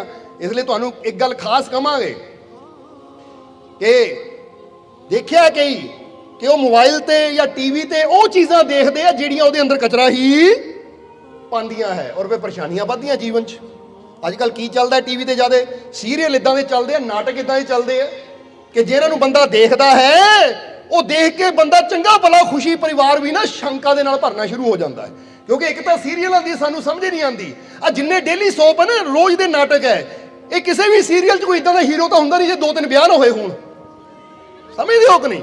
वो टेंशन तो उत्ते ही हो जाती है जनानी कि मेरे घर वाले ने इदा ना किया हो, शुरुआत ही उत्थों हो जाती है। और फिर कहांगे तुहानू कि इदां दी बहुत चीज़ां है, बहुत इदां दी चीज़ां है कि टीवी का प्रभाव इन्ना इंसान ते पै जाता है कि बच्चा कहेगा मम्मी रोटी दे दे, वो बाद चो ठहर लो, वो फलानी का घर वाला मरन लगा उन्होंने देख लेंगे, मां तेरा बच्चा भुख ना मर जाए, घर वाले बचा दो। बोलो समझते हो कि नहीं। बहुत बार इदा देखा है, वो नहीं फलानी उनका नाम भी नहीं सानू पता, नहीं तो इन्हों का नाम भी सारा पता होंगे कि आ जी एक्टिंग कर रही है, नूह का नाम की है, सस का नाम की है, घर वाले का नाम की, जवाई का नाम की है, वो बस वो मरन लगा, वो फलानिया हो गया, फिर रब्बा इनू बचा ले। बोलो समझते हो कि नहीं। कई बार इदा दी बेनती भी आ जांदियां कि मालको फलाना ना हीरो मरन लगा, उन्होंने बचा ले, उन्होंने कुछ ना होवे। भाई कमाल की गल है, जो नाटक हो रहा है ਉਹਦੇ ਵੀ ਤੁਸੀਂ ਇੰਨਾ कर रहे हो, तो असलीयत ਨੂੰ ਕਿੱਦਾਂ ਸਮਝੋਗੇ कि गुरुआं रहबरां ने कहा जीवन भी एक लीला है, खेल है। समझते हो कि नहीं। बंदे की जिंदगी देखो। इसलिए ਤੁਹਾਨੂੰ एक गल कहांगे कि आ जो ਅਸੀਂ ਟੀਵੀਆਂ ਤੇ देखते हैं ना, ਇਹਦਾ प्रभाव साडे जीवन ते बहुत पैंदा है। इसलिए चंगा देखो, कचरा ना अपने अंदर जान दिओ। कोई चंगी चीज़ है टीवी के उपर, कोई सत्संग आ रहा है, कोई पॉजिटिविटी वाली चीज़ है, कोई चंगा संदेश मिल रहा है, क्योंकि बहुत फिल्मां बहुत सीरीयल ऐसे होंगे जिस सानू शिक्षा मिलती है, अगर वो चीज़ है तो फिर देखो। बोलो समझते हो अपनी। इस करके वो चीज़ां ना देखो जो साडे अंदर बुराई नूं वधाण, साडे अंदर क्रोध नूं वधाण, साडे अंदर गुस्से नूं वधाण।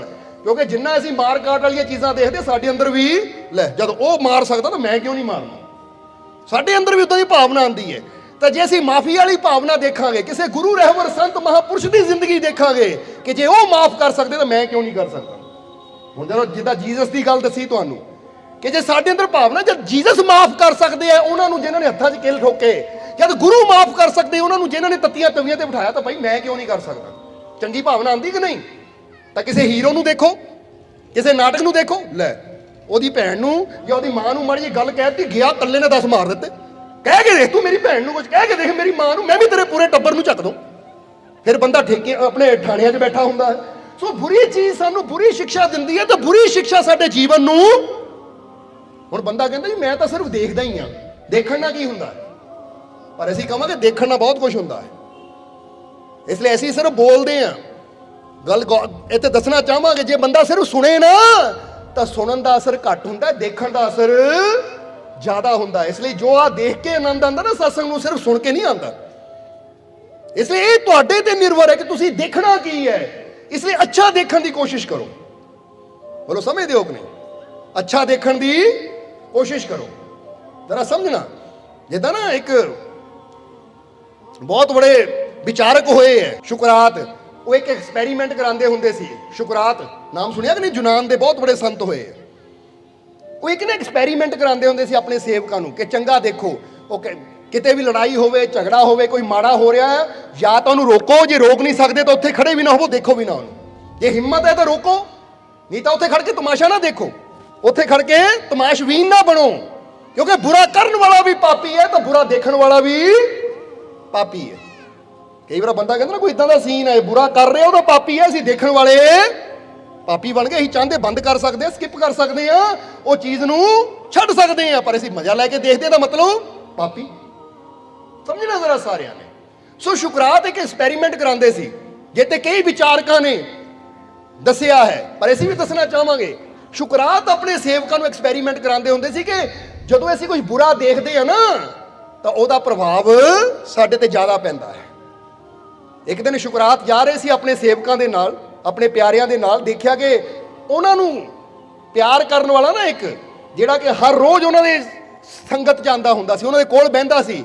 ਕੀ ਦੇਖਿਆ ਸ਼ੁਕਰਾਤ ਨੇ ਕਿ ਇੱਕ ਜਗ੍ਹਾ ਨਾਚ ਰੰਗ ਚੱਲ ਰਿਹਾ ਹੈ, ਸ਼ਾਮ ਦਾ ਸਮਾਂ, ਰਾਤ ਦਾ ਸਮਾਂ ਸੀ, ਨਾਚ ਰੰਗ ਚੱਲ ਰਿਹਾ ਹੈ, ਜਨਾਨੀਆਂ ਨੱਚ ਰਹੀਆਂ ਹੈ, ਸਟੇਜ ਲੱਗੀ ਹੋਈ ਹੈ, ਉਹ ਬੈਠਾ ਦੇਖ ਰਿਹਾ ਹੈ। ਸ਼ੁਕਰਾਤ ਉੱਥੋਂ ਹੀ ਜਾ ਰਹੇ ਸੀ। ਜਦੋਂ ਸ਼ੁਕਰਾਤ ਨੇ ਦੇਖਿਆ ਤਾਂ ਸ਼ੁਕਰਾਤ ਨੇ, ਯੂਨਾਨ ਦੇ ਅੰਦਰ ਆਮ ਸੀ, ਕਿਉਂਕਿ ਇਸ ਤਰ੍ਹਾਂ ਦੇ ਉੱਥੇ ਨ੍ਰਿਤਯ ਹੁੰਦੇ ਸੀ ਕਿ ਬੋਲ ਕੇ ਦੱਸੇ ਨਹੀਂ ਜਾ ਸਕਦੇ। ਹੁਣ ਕਹਿੰਦੇ ਹੈ ਕਿ ਸ਼ੁਕਰਾਤ ਨੇ ਜਦੋਂ ਦੇਖਿਆ, ਜਾ ਗੁਜ਼ਰ ਰਹੇ ਸੀ, ਨਜ਼ਰ ਗਈ। ਤਾਂ ਹੁਣ ਇੱਥੇ ਇਹ ਵੀ ਦੱਸਣਾ ਚਾਹਾਂਗੇ ਕਿ ਗੁਰੂ ਰਹਿਬਰ ਸੰਤ ਜਦ ਵੀ ਜਾਂਦੇ ਨਾ ਤਾਂ ਉਹਨਾਂ ਦੀ ਨਜ਼ਰ ਤਮਾਸ਼ੇ ਦੀ ਤਰਫ ਨਹੀਂ ਹੁੰਦੀ, ਤਮਾਸ਼ਾ ਦੇਖਣ ਵਾਲੇ ਦੀ ਤਰਫ ਹੁੰਦੀ ਹੈ ਕਿ ਇੱਥੇ ਕੋਈ ਆਪਣਾ ਤਾਂ ਨਹੀਂ ਬੈਠਾ। ਸਮਝਦੇ ਹੋ ਕਿ ਨਹੀਂ? ਕਿਉਂਕਿ ਉਹ ਆਪਣੇ ਪਿਆਰੇ ਦੀ ਜ਼ਿੰਦਗੀ ਬਰਬਾਦ ਹੁੰਦਿਆਂ, ਹੁਣ ਤੁਸੀਂ ਫਰਜ਼ ਕਰੋ ਤੁਹਾਨੂੰ ਪਤਾ ਲੱਗੇ ਕਿ ਤੁਹਾਡਾ ਬੱਚਾ ਫਲਾਨੀ ਜਗ੍ਹਾ ਪੱਬ 'ਚ ਗਿਆ ਹੈ, ਤਾਂ ਤੁਸੀਂ ਜਾ ਕੇ ਪੱਬ 'ਚ ਇਹ ਨਹੀਂ ਦੇਖਣਾ ਬੋਤਲਾਂ ਕਿਹੜੀ ਕਿਹੜੀ ਬ੍ਰਾਂਡ ਦੀਆਂ ਪਈਆਂ ਹੈ। ਤੁਹਾਡੀ ਨਜ਼ਰ ਕਿਹਨੂੰ ਲੱਭਣੀ ਹੈ? ਮੇਰਾ ਬੱਚਾ ਕਿੱਥੇ ਬੈਠਾ ਹੈ, ਮੇਰਾ ਭਰਾ ਕਿੱਥੇ ਬੈਠਾ ਹੈ, ਜਾਂ ਮੇਰੀ ਧੀ ਕਿੱਥੇ ਬੈਠੀ ਹੈ।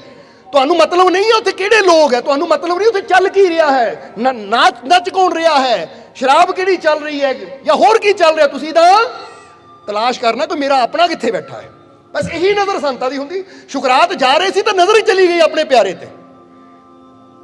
ਜਦੋਂ ਗਈ ਤਾਂ ਆਪਣੇ ਇੱਕ ਸੇਵਕ ਨੂੰ ਕਿਹਾ, ਜਾ ਉਹਨੂੰ ਬੁਲਾ ਕੇ ਲਿਆ। ਸ਼ੁਕਰਾਤ ਚਲੇ ਗਏ, ਬੁਲਾਇਆ, ਅੱਗੇ ਚਲੇ ਗਏ। ਕਹਿੰਦੇ ਕੀ ਕਰ ਰਹੇ ਆ? ਕਹਿੰਦਾ ਇਹ ਸਤਿਗੁਰੂ ਬਸ ਮਾੜਾ ਦੇਖ ਰਿਹਾ ਸੀ। ਕਹਿੰਦੇ ਅਸੀਂ ਕਿਹਾ ਨਾ ਬੁਰਾ ਦੇਖਣਾ ਅੱਛੀ ਗੱਲ ਨਹੀਂ। ਕਹਿੰਦੇ ਦੇਖਣ ਨਾਲ ਕੀ ਹੁੰਦਾ, ਮੈਂ ਦੇਖਿਆ ਹੀ ਹੈ, ਦੇਖਣ ਨਾਲ ਕੀ ਹੁੰਦਾ ਹੈ। ਤਾਂ ਉਸ ਵੇਲੇ ਸ਼ੁਕਰਾਤ ਨੇ ਇਹ ਸਮਝਾਇਆ ਕਿ ਦੇਖਣ ਦਾ ਪ੍ਰਭਾਵ ਸਾਡੇ ਤੇ ਜ਼ਿਆਦਾ ਪੈਂਦਾ ਹੈ। ਬੋਲੋ ਸਮਝਦੇ ਹੋ ਕਿ ਨਹੀਂ? ਕਾਹਦਾ ਪ੍ਰਭਾਵ ਪੈਂਦਾ ਹੈ? ਦੇਖਣ ਦਾ ਪ੍ਰਭਾਵ ਸਾਡੇ ਤੇ ਜ਼ਿਆਦਾ ਪੈਂਦਾ ਹੈ। ਤਾਂ ਉਹਨਾਂ ਨੇ ਐਕਸਪੈਰੀਮੈਂਟ ਕਰਾਇਆ, ਇੱਥੇ ਵੀ ਕਰਾਉਣਾ ਚਾਹਾਂਗੇ। ਉਹਨਾਂ ਨੇ ਆਪਣੇ ਸੇਵਕਾਂ ਨੂੰ ਹੱਥ ਉੱਪਰ ਕਰੋ, ਤੁਸੀਂ ਵੀ ਕਰ ਲਓ ਜਰਾ ਹੱਥ ਉੱਪਰ। ਹੁਣ ਅਸੀਂ 1 2 3 ਕਹਿ ਕੇ ਜਦੋਂ ਗੋ ਕਹਿਣਾ ਹੈ ਨਾ, 1 2 3 ਗੋ, ਗੋ ਕਹਿਣ ਤੇ ਤਾੜੀ ਵਜਾਣੀ ਤੁਸੀਂ, ਠੀਕ ਹੈ? ਤਿਆਰ ਹੋ? ਜਦੋਂ 1 2 3 ਗੋ, ਉਸ ਤੋਂ ਬਾਅਦ ਤਾੜੀ ਵਜਾਣੀ। ਚਲੋ ਸਾਡੇ ਵੱਲ ਦੇਖਣਾ, ਦੇਖਣਾ ਸਾਡੇ ਵੱਲ ਹੈ। 1 2 3 ਗੋ। ਗੋ ਤਾਂ ਕਿਹਾ ਨਹੀਂ, ਤਾੜੀ ਤੁਸੀਂ ਪਹਿਲੇ ਵਜਾਤੀ। ਕਿਉਂ ਵਜਾਈ? ਕਿਉਂਕਿ ਤੁਸੀਂ ਸਾਨੂੰ ਵਜਾਉਂਦਿਆਂ ਨੂੰ ਦੇਖਿਆ ਕਿ ਅਸੀਂ 1 2 3 ਤੇ ਵਜਾਈ, ਤੁਸੀਂ ਵੀ ਵਜਾਤੀ। ਦੇਖਿਆ ਤੁਸੀਂ, ਸੁਣਿਆ ਨਹੀਂ ਕਿ ਅਸੀਂ ਕੀ ਕਿਹਾ ਸੀ। ਇਹਦਾ ਮਤਲਬ ਸੁਣਨ ਦਾ ਪ੍ਰਭਾਵ ਘੱਟ ਹੈ ਤਾਂ ਦੇਖਣ ਦਾ ਪ੍ਰਭਾਵ। ਅਸੀਂ ਪਹਿਲਾਂ ਹੀ 2 ਵਾਰ ਕਿਹਾ 1 2 3 ਗੋ ਕਹਿਣ ਤੋਂ ਬਾਅਦ ਤਾੜੀ ਵਜਾਣੀ ਹੈ, ਪਰ ਫਿਰ ਅਸੀਂ ਕੀ ਕੀਤਾ? 1 2 3 ਤੁਸੀਂ ਵੀ ਨਾਲੇ ਵਜਾਤੀ, ਗੋ ਦਾ ਇੰਤਜ਼ਾਰ ਹੀ ਨਹੀਂ ਕੀਤਾ। ਅਸੀਂ ਦੱਸਣਾ ਕੀ ਚਾਹੁੰਦੇ ਆ, ਅਸੀਂ ਬੋਲਿਆ ਕੀ ਉਹ ਘੱਟ ਸਮਝ ਆਇਆ, ਅਸੀਂ ਕੀਤਾ ਕੀ ਉਹ ਜ਼ਿਆਦਾ ਸਮਝ ਆਇਆ। ਇਸ ਲਈ ਜੋ ਅਸੀਂ ਦੇਖਦੇ ਆ ਨਾ, ਇਹਦਾ ਪ੍ਰਭਾਵ ਸਾਡੇ ਮਨ ਤੇ ਜ਼ਿਆਦਾ ਪੈਂਦਾ ਹੈ। ਜੋ ਸੁਣਦੇ ਆ ਉਹਦਾ ਪ੍ਰਭਾਵ, ਜਿਹਦਾ ਬੰਦਾ ਕਹੇ ਲੈ ਮੈਂ ਸੁਣਦਾ ਹੀ ਆ ਸਤਸੰਗ, ਉਹ ਭਾਈ ਦੇਖਿਆ ਵੀ ਕਰ ਸੰਤਾਂ ਦੀ ਜ਼ਿੰਦਗੀ ਨੂੰ, ਬੈਠਿਆ ਵੀ ਕਰ, ਦਰਸ਼ਨ ਵੀ ਕਰਿਆ ਕਰ, ਕੋਲ ਵੀ ਜਾਇਆ ਕਰ। ਮੋਬਾਈਲ ਤੇ ਸੁਣਨਾ ਠੀਕ ਹੈ, ਸੁਣਨਾ ਅੱਛੀ ਗੱਲ ਹੈ ਕਿ ਘਰ ਬੈਠਾ ਕੁਝ ਬੁਰਾ ਸੁਣਨ ਨਾਲੋਂ ਚੰਗਾ ਸੁਣ, ਪਰ ਜਦੋਂ ਮੌਕਾ ਮਿਲੇ ਸਾਹਮਣੇ ਜਾ ਕੇ ਵੀ ਬੈਠ, ਕਿਉਂਕਿ ਦੇਖਣ ਦਾ ਪ੍ਰਭਾਵ ਜੀਵਨ ਤੇ ਬਹੁਤ ਪੈਂਦਾ ਹੈ।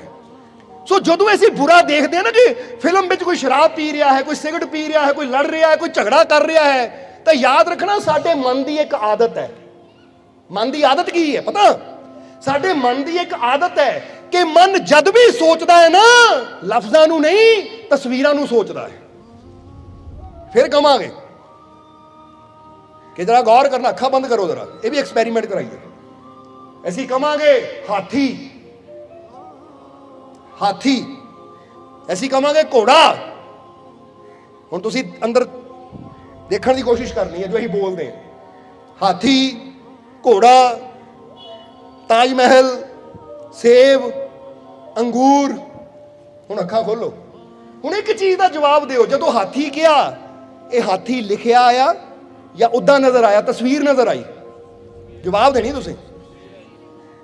ਲਿਖਿਆ ਆਇਆ, ਅੱਖਰਾਂ 'ਚ ਨਜ਼ਰ ਆਇਆ, ਜਾਂ ਸੁਣਿਆ, ਤਸਵੀਰ ਨਜ਼ਰ ਆਈ? ਜਦੋਂ ਘੋੜਾ ਗਿਆ ਘੋੜੇ ਦੀ, ਜਦੋਂ ਸੇਬ ਗਿਆ ਸੇਬ ਦੀ, ਜਦੋਂ ਤਾਜ ਮਹਿਲ ਗਿਆ ਤਾਜ ਮਹਿਲ ਦੀ। ਯਾਨੀ ਇੱਥੋਂ ਵੀ ਪਤਾ ਲੱਗਦਾ ਸਾਡਾ ਮਨ ਜੋ ਦੇਖਦਾ ਹੈ ਨਾ ਉਹਨੂੰ ਜਲਦੀ ਪਕੜਦਾ ਹੈ, ਹੁਣ ਜਿਹਨੇ ਕਦੀ ਹਾਥੀ ਦੇਖਿਆ ਹੀ ਨਾ ਹੋਵੇ ਉਹਨੂੰ ਕੋ ਹਾਥੀ, ਉਹਦੇ ਕਦੀ ਅੰਦਰ ਆਣਾ ਹੀ ਨਹੀਂ ਹਾਥੀ ਕੀ ਹੁੰਦਾ, ਮੈਨੂੰ ਪਤਾ ਹੀ ਨਹੀਂ। ਸੋ ਇਸ ਲਈ ਅਗਰ ਅਸੀਂ ਆਪਣੀ ਜ਼ਿੰਦਗੀ ਨੂੰ ਸਫਲਤਾ ਨਾਲ, ਖੁਸ਼ੀਆਂ ਨਾਲ, ਕਾਮਯਾਬੀ ਨਾਲ ਭਰਪੂਰ ਕਰਨਾ ਚਾਹੁੰਦੇ ਹਾਂ ਤਾਂ ਸਭ ਤੋਂ ਪਹਿਲਾਂ ਇਹ ਦੇਖਣਾ ਮੈਂ ਦੇਖਦਾ ਕੀ ਹਾਂ, ਮੈਂ ਦ੍ਰਿਸ਼ ਕੀ ਦੇਖਦਾ। ਅਗਰ ਮੈਂ ਕਾਮਯਾਬ ਇਨਸਾਨ ਨੂੰ ਦੇਖੂੰਗਾ, ਅਗਰ ਮੈਂ ਉਹਨਾਂ ਦੀ ਜ਼ਿੰਦਗੀ ਨੂੰ ਦੇਖੂੰਗਾ ਜਿੱਦਾਂ ਦਾ ਮੈਂ ਬਣਨਾ ਚਾਹੁੰਦਾ ਹਾਂ, ਤਾਂ ਫਿਰ ਯਾਦ ਰੱਖੋ ਤੁਸੀਂ ਉੱਦਾਂ ਦੇ ਬਣਦੇ ਚਲੇ ਜਾਓਗੇ। ਤਾਂ ਜਦੋਂ ਮੈਂ ਇਹ ਦੇਖੂੰਗਾ ਉਹ ਕੋਈ ਸਿਗਰਟ ਪੀ ਰਿਹਾ, ਕੋਈ ਸ਼ਰਾਬ ਪੀ ਰਿਹਾ, ਕੋਈ ਜੂਆ ਖੇਡ ਰਿਹਾ, ਕੋਈ ਨਸ਼ਾ ਕਰ ਰਿਹਾ, ਕੋਈ ਝਗੜਾ ਕਰ ਰਿਹਾ ਹੈ, ਕੋਈ ਲੜਾਈ ਕਰ ਰਿਹਾ ਹੈ, ਤਾਂ ਮੇਰੇ ਅੰਦਰ ਕੀ ਤਸਵੀਰ ਬਣਨੀ ਹੈ? ਸ਼ਰਾਬ ਦੀ, ਸਿਗਰਟ ਦੀ, ਨਸ਼ੇ ਦੀ, ਜੂਏ ਦੀ, ਝਗੜੇ ਦੀ। ਔਰ ਜਿਹੜੀ ਤਸਵੀਰ ਅੰਦਰ ਬਣਨੀ ਹੈ ਬੰਦੇ ਨੇ ਕਰਨ ਦੀ ਕੋਸ਼ਿਸ਼ ਵੀ ਉਹੀ ਕਰਨੀ। ਇਸ ਲਈ ਤਾਂ ਹੀ ਅਸੀਂ ਕਿਹਾ ਕਚਰਾ ਆਪਣੇ ਅੰਦਰ ਜਾਣ ਨਾ ਦਿਓ, ਕਿਉਂਕਿ ਪਹਿਲਾਂ ਅੱਖਾਂ ਤੋਂ ਸਭ ਤੋਂ ਜ਼ਿਆਦਾ ਖਤਰਾ, ਜਦੋਂ ਅੱਖਾਂ ਨਾਲ ਕੁਝ ਬੁਰਾ ਦੇਖਦੇ ਹਾਂ ਅਸੀਂ ਉਹਦਾ ਪ੍ਰਭਾਵ ਪੈਂਦਾ ਹੈ। ਫਿਰ ਉਸ ਤੋਂ ਬਾਅਦ ਦੂਜਾ ਨੰਬਰ ਆਉਂਦਾ ਹੈ ਕੰਨਾਂ ਦਾ, ਸਮਝਦੇ ਹੋ ਕਿ ਨਹੀਂ? ਫਿਰ ਸੁਣਨ ਦਾ ਪ੍ਰਭਾਵ ਵੀ ਸਾਡੇ ਤੇ ਪੈਂਦਾ ਹੈ। ਹੁਣ ਤੁਸੀਂ ਕਦੀ ਗੌਰ ਕਰਨਾ, ਕੋਈ ਬੰਦਾ ਨਾ ਤੁਹਾਡੇ ਵੱਲ ਘੂਰੀ ਵੱਟ ਕੇ ਦੇਖ ਵੀ ਲਵੇ, ਤੁਸੀਂ ਦੇਖ ਲਿਆ ਤੁਹਾਨੂੰ ਉੱਤੇ ਗੁੱਸਾ ਆਉਣਾ ਸ਼ੁਰੂ ਹੋ ਜਾਏਗਾ, ਤੂੰ ਦੇਖਿਆ ਕਿ ਤਾਂ ਮੈਨੂੰ ਇਦਾਂ, ਉਹ ਕਹੇਗਾ ਮੈਂ ਤਾਂ ਕੁਝ ਬੋਲਿਆ ਨਹੀਂ। ਨਹੀਂ ਬੋਲਿਆ ਤਾਂ ਨਹੀਂ ਕੁਝ, ਪਰ ਦੇਖਿਆ ਮੈਂ ਤੈਨੂੰ, ਪ੍ਰਭਾਵ ਪਿਆ ਕਿ ਨਹੀਂ? ਕਚਰਾ ਗਿਆ ਅੰਦਰ। ਉਸ ਤੋਂ ਬਾਅਦ ਆਉਂਦਾ ਕੋਈ ਸਾਨੂੰ ਬੁਰਾ ਬੋਲ ਦੇਵੇ, ਫਿਰ ਸਾਡੇ ਅੰਦਰ ਕਚਰਾ ਜਾਂਦਾ ਹੈ। ਤੂੰ ਮੈਨੂੰ ਬੁਰਾ ਬੋਲਿਆ, ਫਿਰ ਬੰਦਾ ਲੜਦਾ ਹੈ ਉਹਦੇ ਨਾਲ। ਸੋ ਇਹਦਾ ਮਤਲਬ ਹੈ ਕੁਝ ਇੰਦਰੀਆਂ ਹੈ, ਇਹਨੂੰ ਕਹਿੰਦਾ ਅੱਖਾਂ, ਕੰਨ, ਇਹ ਜ਼ੁਬਾਨ, ਇਹ ਕੁਝ ਐਸੀਆਂ ਇੰਦਰੀਆਂ ਹੈ ਕਿ ਜਿਨ੍ਹਾਂ ਤੇ ਸਾਡਾ ਕੰਟਰੋਲ ਹੋਣਾ ਚਾਹੀਦਾ ਹੈ। ਅੱਖਾਂ ਤੇ ਕੰਟਰੋਲ ਕੀ ਹੋਣਾ ਚਾਹੀਦਾ ਹੈ ਕਿ ਮੈਂ ਬੁਰਾ ਦੇਖਣਾ ਨਹੀਂ ਹੈ। ਜ਼ੁਬਾਨ ਤੇ ਕੀ ਕੰਟਰੋਲ ਹੋਣਾ ਚਾਹੀਦਾ, ਮੈਂ ਬੁਰਾ ਬੋਲਣਾ ਵੀ ਨਹੀਂ ਹੈ। ਕੰਨਾਂ ਤੇ ਬੁਰਾ ਮੈਂ ਸੁਣਨਾ ਵੀ ਨਹੀਂ ਹੈ।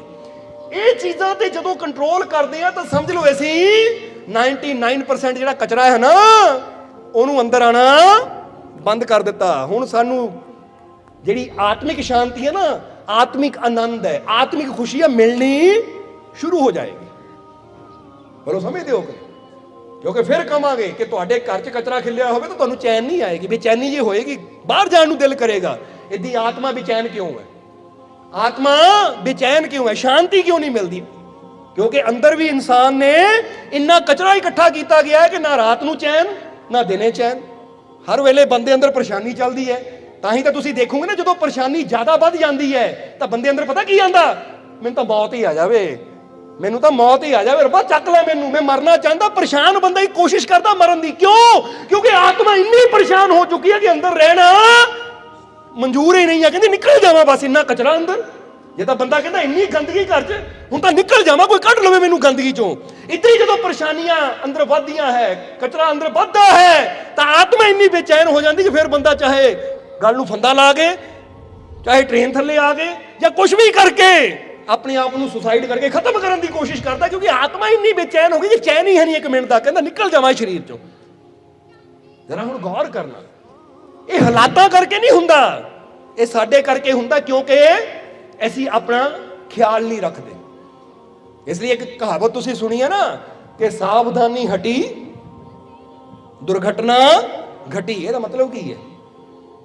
ਗੱਡੀ ਚਲਾਉਂਦਿਆਂ ਵੀ ਲਿਖਿਆ ਹੁੰਦਾ ਹੈ, ਪਰ ਅਸੀਂ ਕਹਾਂ ਗੱਡੀ ਵਾਸਤੇ ਨਹੀਂ ਹੈ ਇਹ, ਕਿ ਗੱਡੀ ਚਲਾਉਂਦਿਆਂ ਤੁਸੀਂ ਸਾਵਧਾਨੀ ਹਟ ਗਈ, ਮੋਬਾਈਲ ਵੱਲ ਧਿਆਨ ਗਿਆ, ਕਿਸੇ ਵੱਲ ਧਿਆਨ ਗਿਆ ਤਾਂ ਦੁਰਘਟਨਾ ਘਟੀ। ਇਹ ਜਿਹੜਾ ਸ਼ਬਦ ਹੈ ਨਾ, ਸਾਵਧਾਨੀ ਹਟੀ ਦੁਰਘਟਨਾ ਘਟੀ, ਇਹ ਜੀਵਨ ਦੇ ਹਰ ਕੰਮ ਤੇ ਲਾਗੂ ਹੁੰਦਾ ਹੈ ਕਿ ਜਿੱਥੇ ਸਾਡੀ ਸਾਵਧਾਨੀ ਹਟ ਗਈ ਉੱਥੇ ਸਾਡੇ ਨਾਲ ਦੁਰਘਟਨਾ ਘਟ ਗਈ। ਜਦੋਂ ਅਸੀਂ ਇਹ ਭੁੱਲ ਗਏ ਕਿ ਸਾਡੇ ਵਾਸਤੇ ਚੰਗਾ ਕੀ ਹੈ, ਮਾੜਾ ਕੀ ਹੈ, ਔਰ ਅਸੀਂ ਉਸ ਵੇਲੇ ਯਾਦ ਰੱਖੀਏ ਕਿ ਸਾਡੇ ਜੀਵਨ ਦੀ ਬਰਬਾਦੀ ਸ਼ੁਰੂ ਹੋ ਜਾਂਦੀ ਹੈ। ਕਿਉਂਕਿ ਸਾਵਧਾਨੀ ਦਾ ਮਤਲਬ ਕੀ ਹੈ? ਸਾਵਧਾਨ ਰਹਿਣਾ ਕਿ ਮੈਂ ਸੁਣਨਾ ਕੀ ਹੈ, ਸਾਵਧਾਨ ਰਹਿਣਾ ਮੈਂ ਖਾਣਾ ਕੀ ਹੈ। ਇਸ ਲਈ ਦੱਸਾਂਗੇ ਕਿ ਚਾਣਕਿਆ ਨੇ ਕਿਹਾ ਹੈ ਕਿ ਸਭ ਤੋਂ ਮੂਰਖ ਇਨਸਾਨ ਪਤਾ ਕਿਹੜਾ ਹੈ? ਉਹ ਕਹਿੰਦੇ ਸਭ ਤੋਂ ਮੂਰਖ ਇਨਸਾਨ ਉਹ ਹੈ ਜਿਹੜਾ ਕਰਮ ਕਰਨ ਲੱਗਿਆ ਉਹਦਾ ਪਰਿਣਾਮ ਨਹੀਂ ਸੋਚਦਾ। ਕਹਿੰਦੇ ਉਹ ਮੂਰਖ ਹੈ।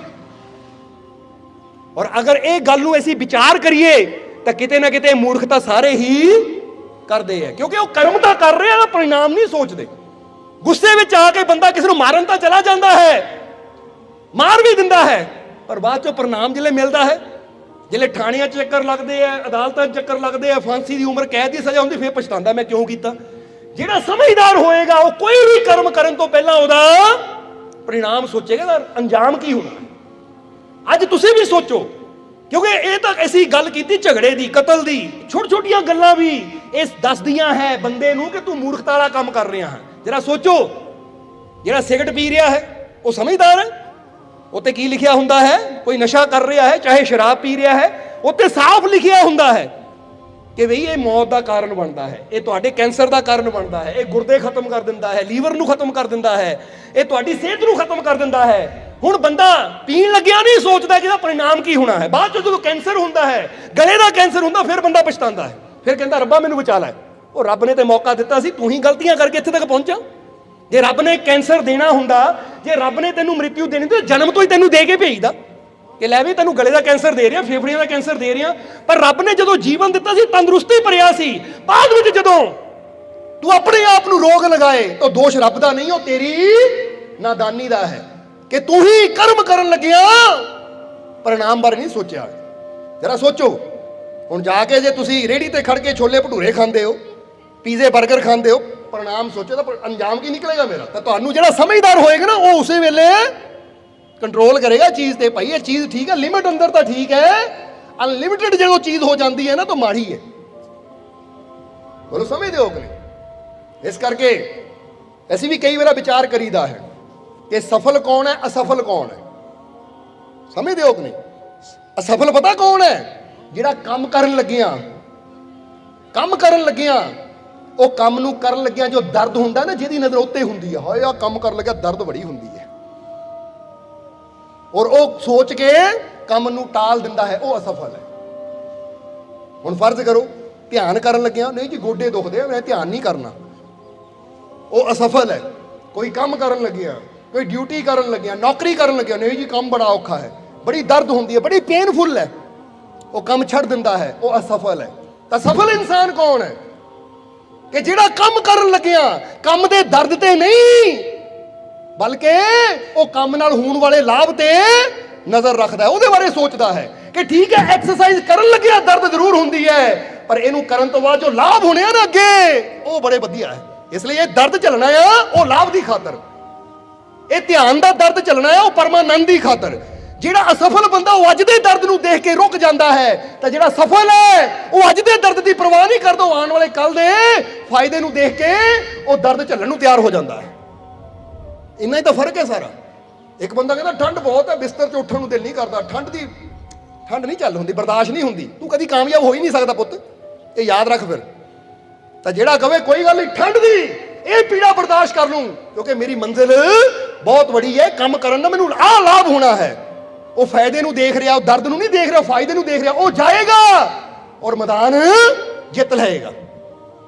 एक बंदा सोचता सत्संग जावांगे आ चीज़ होएगी, दर्द होएगा, पीड़ा होएगी, आ चीज़ बर्दाश्त करनी पएगी, नहीं जाना। जो हालात अच्छे होंगे यानी दिन अच्छा होगा फिर जावांगे।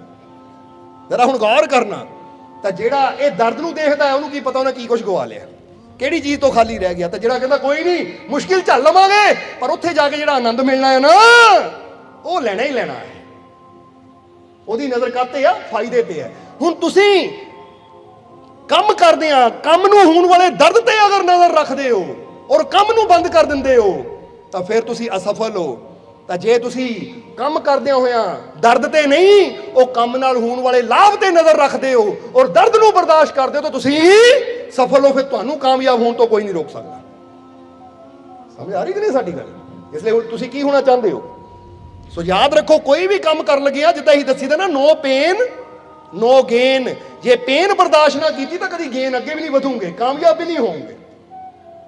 इसलिए समझना जे अज मैडिटेशन करते हैं, ध्यान करते हैं, तुहानूं गोडियां च दर्द हुंदी है, कमर च दर्द हुंदी, किते भी पीड़ा हुंदी है, तुसीं बर्दाश्त करते हो कि हर तरह की दर्द मैं बर्दाश्त करन तैयार हाँ, क्योंकि ये ध्यान तो बाद जिहड़े लाभ होने हैं ना मैनूं वो बहुत बड़े है और उहदी खातिर दर्द बर्दाश्त करन नूं मैं तैयार हाँ।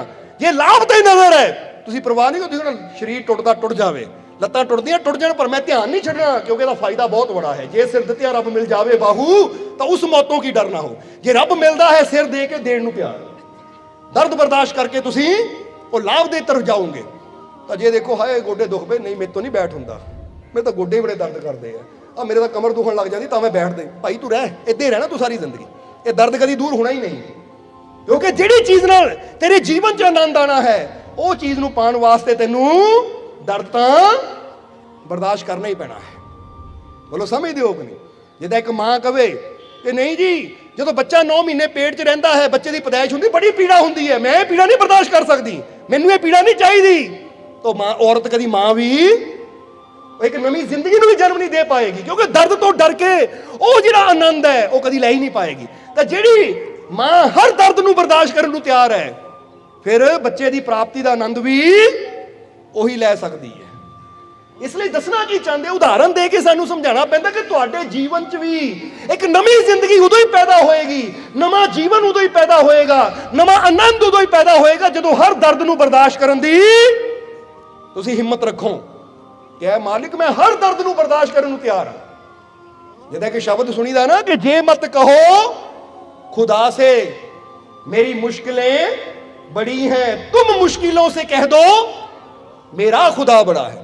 कहते अपने रब नूं ये ना दसो कि मेरी बड़ी तकलीफ है, बड़ा दुख है, बड़ी परेशानी है। कई बार असीं 10-10 मिनट 5-5 मिनट यही दसन लगे, रब्बा तेनों पता, इदां दसदे जिद्दां उहनूं पता ही नहीं हुंदा कुछ नहीं। मैं हाथ जोड़ के रब्बा तेनों पता मेरे नाल इदां हो गया, रब भी हसदा होना, कमाल दी गल है। एक पासे कहंदा घट घट के अंतर की जानत, हर चीज़ का इहनूं पता, फिर भी दसणों हटदा ही नहीं है। रब भी सोचो 10-15 मिनट तो मेरे उद्दी खराब करते तू भाई, मैं तो सब कुछ पता है, देखता रहा मैं।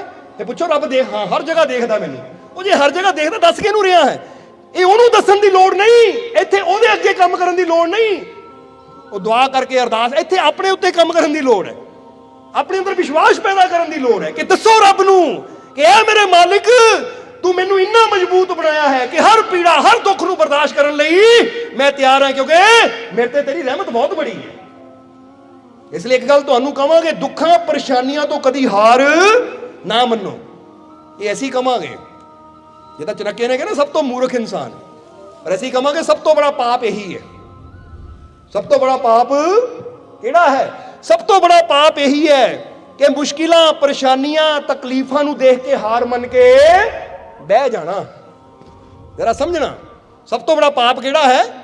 तकलीफां दुखां परेशानियां नू या बीमारियां नू देख के हार मन के बैठ जाना, परेशानियां तकलीफां नू बड़ा समझ के हार मन के बैठ जाना सब तो बड़ा पाप क्यों है?